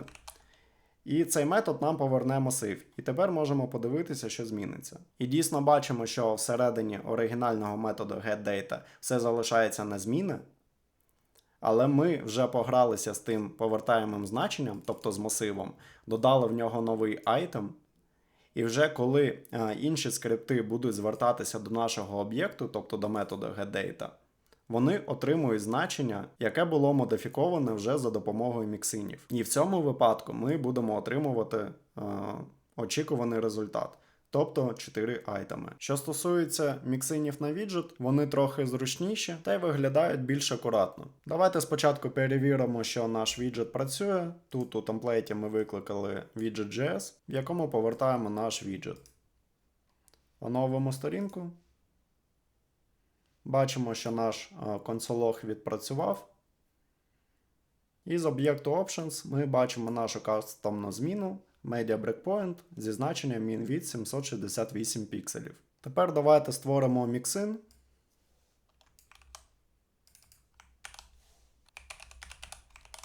І, наприклад, тут define нам вже утиліта wrapper не потрібна. В return function нам повертається original widget. А далі ми записуємо віджит у звичному нам стані. Widget, namespace, widget name. Другим аргументом наш кастомний віджит, тобто об'єкт, в якому будуть методи. І обов'язково повертаємо return, namespace, widget name.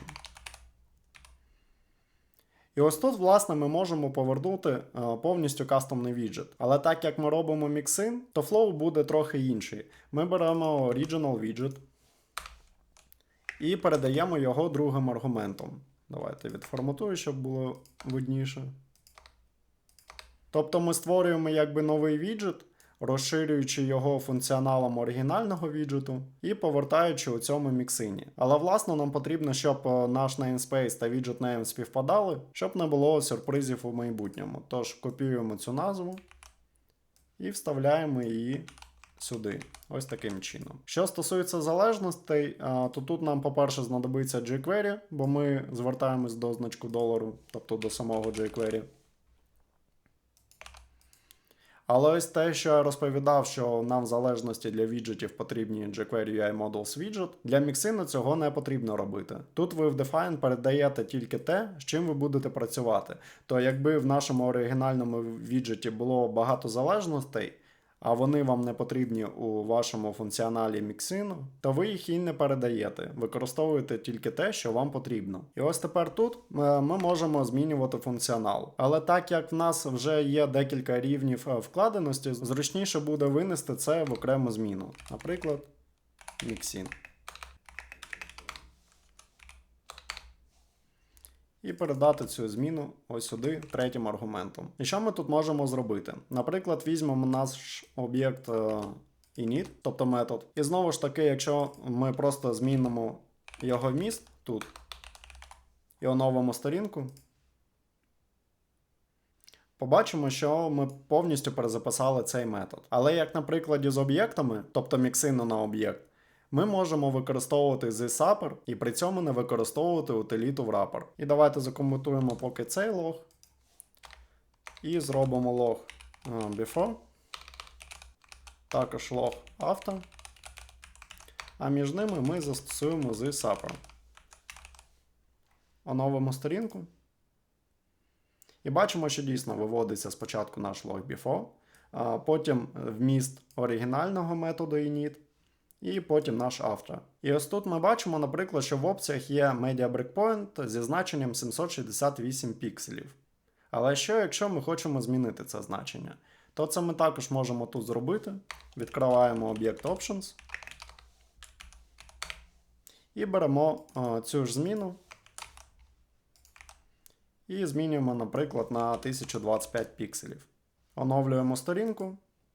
І бачимо, що це значення змінилося, не дивлячи на те, що сам console.log з options знаходиться саме в оригінальному методі init. Але як ми пам'ятаємо, у віджитів все, що ми напишемо в опшенах, може бути перезатерте, як коли ми викликаємо цей віджит чи в іншому JS-файлі на елемент, чи у HTML темплейтах.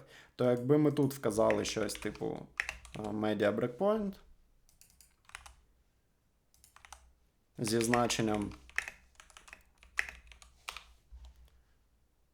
min-width, але хай буде, наприклад, там, не знаю, 992 пікселі. Оновимо сторінку, то побачимо, що це значення буде більш пріоритетним, ніж ті, які ми навіть вказуємо у міксині. Але у міксині ми можемо оновити це значення на випадок, якщо у темплейті ми нічого не будемо змінювати при виклику. І як на прикладі з об'єктами, у наших методах можуть бути якісь аргументи. Ну, звісно, не у need function, але давайте, наприклад, створимо якийсь custom метод.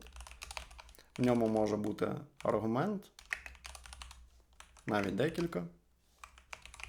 І це саме ми можемо використати у міксині, викликати zSupper і також передати туди аргументи. А якщо цей метод буде щось повертати, наприклад, масив з цими аргументами, це, звісно, поганий приклад, бо ви можете і так за допомогою arguments викликати, але це зараз не важливо. То ми можемо це занести до нашої зміни і щось пошнути туди.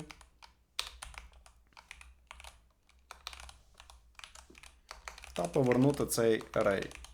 Тобто, як саме це використовувати, вже будете вирішувати саме ви. Але як бачите, якщо порівнювати міксин на віджити та міксин на об'єкти, міксин на віджити здається зручнішим, бо більше опцій та виглядає красивіше. Якщо ж порівнювати міксини в цілому, то нагадаю, що коли ми робимо міксин на функцію, ми можемо повністю перезатерти цю функцію. І буде приблизно те саме, якщо ми просто візьмемо цей файл function.js і повністю його перезатремо по такому шляху. В міксинах на об'єкти є більш сенсу, бо ми можемо в об'єктах окремі методи перезатирати, або викликати їх і дописувати свою логіку до чи після. Але як ми бачимо, міксин на об'єкт виглядає жахливо. І саме тому я казав, що коли ви пишете якийсь функціонал, в якому більше однієї функції, то краще використовувати jQuery віджити, бо з ними простіше працювати протягом довгого часу. Ну і до того ж вони мають свої цікаві плюшки, типу методів thisOn, thisOff, destroy, предефайне значення у опшенах та багато іншого. І ще, до речі, віджити не потребують в define DOM-ready, на відміну від звичайних функцій, бо вони і так завантажуються після того, як DOM-дерево вже побудоване. І все одно, якщо ви пишете якийсь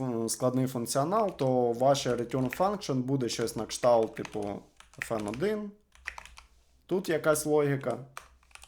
І у вас буде таких багато функцій. Потім ви їх якось будете викликати у якості callbackів, у якості entry-point. Але все одно бажано розбивати вашу логіку по маленьким шматкам, щоб їх зручніше було редагувати та читати. І якщо ви наробите ось таких багато функцій у вашому return function, то, наприклад, у вас не буде змоги за допомогою міксинів змінити щось всередині однієї функції.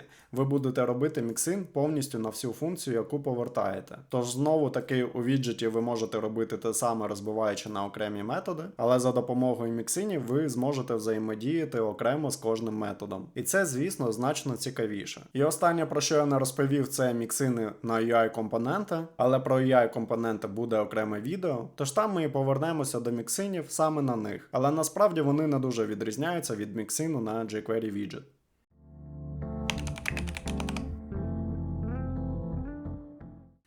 Як ви зрозуміли, це ще не кінець. Тож до зустрічі у другій частині. Па-па!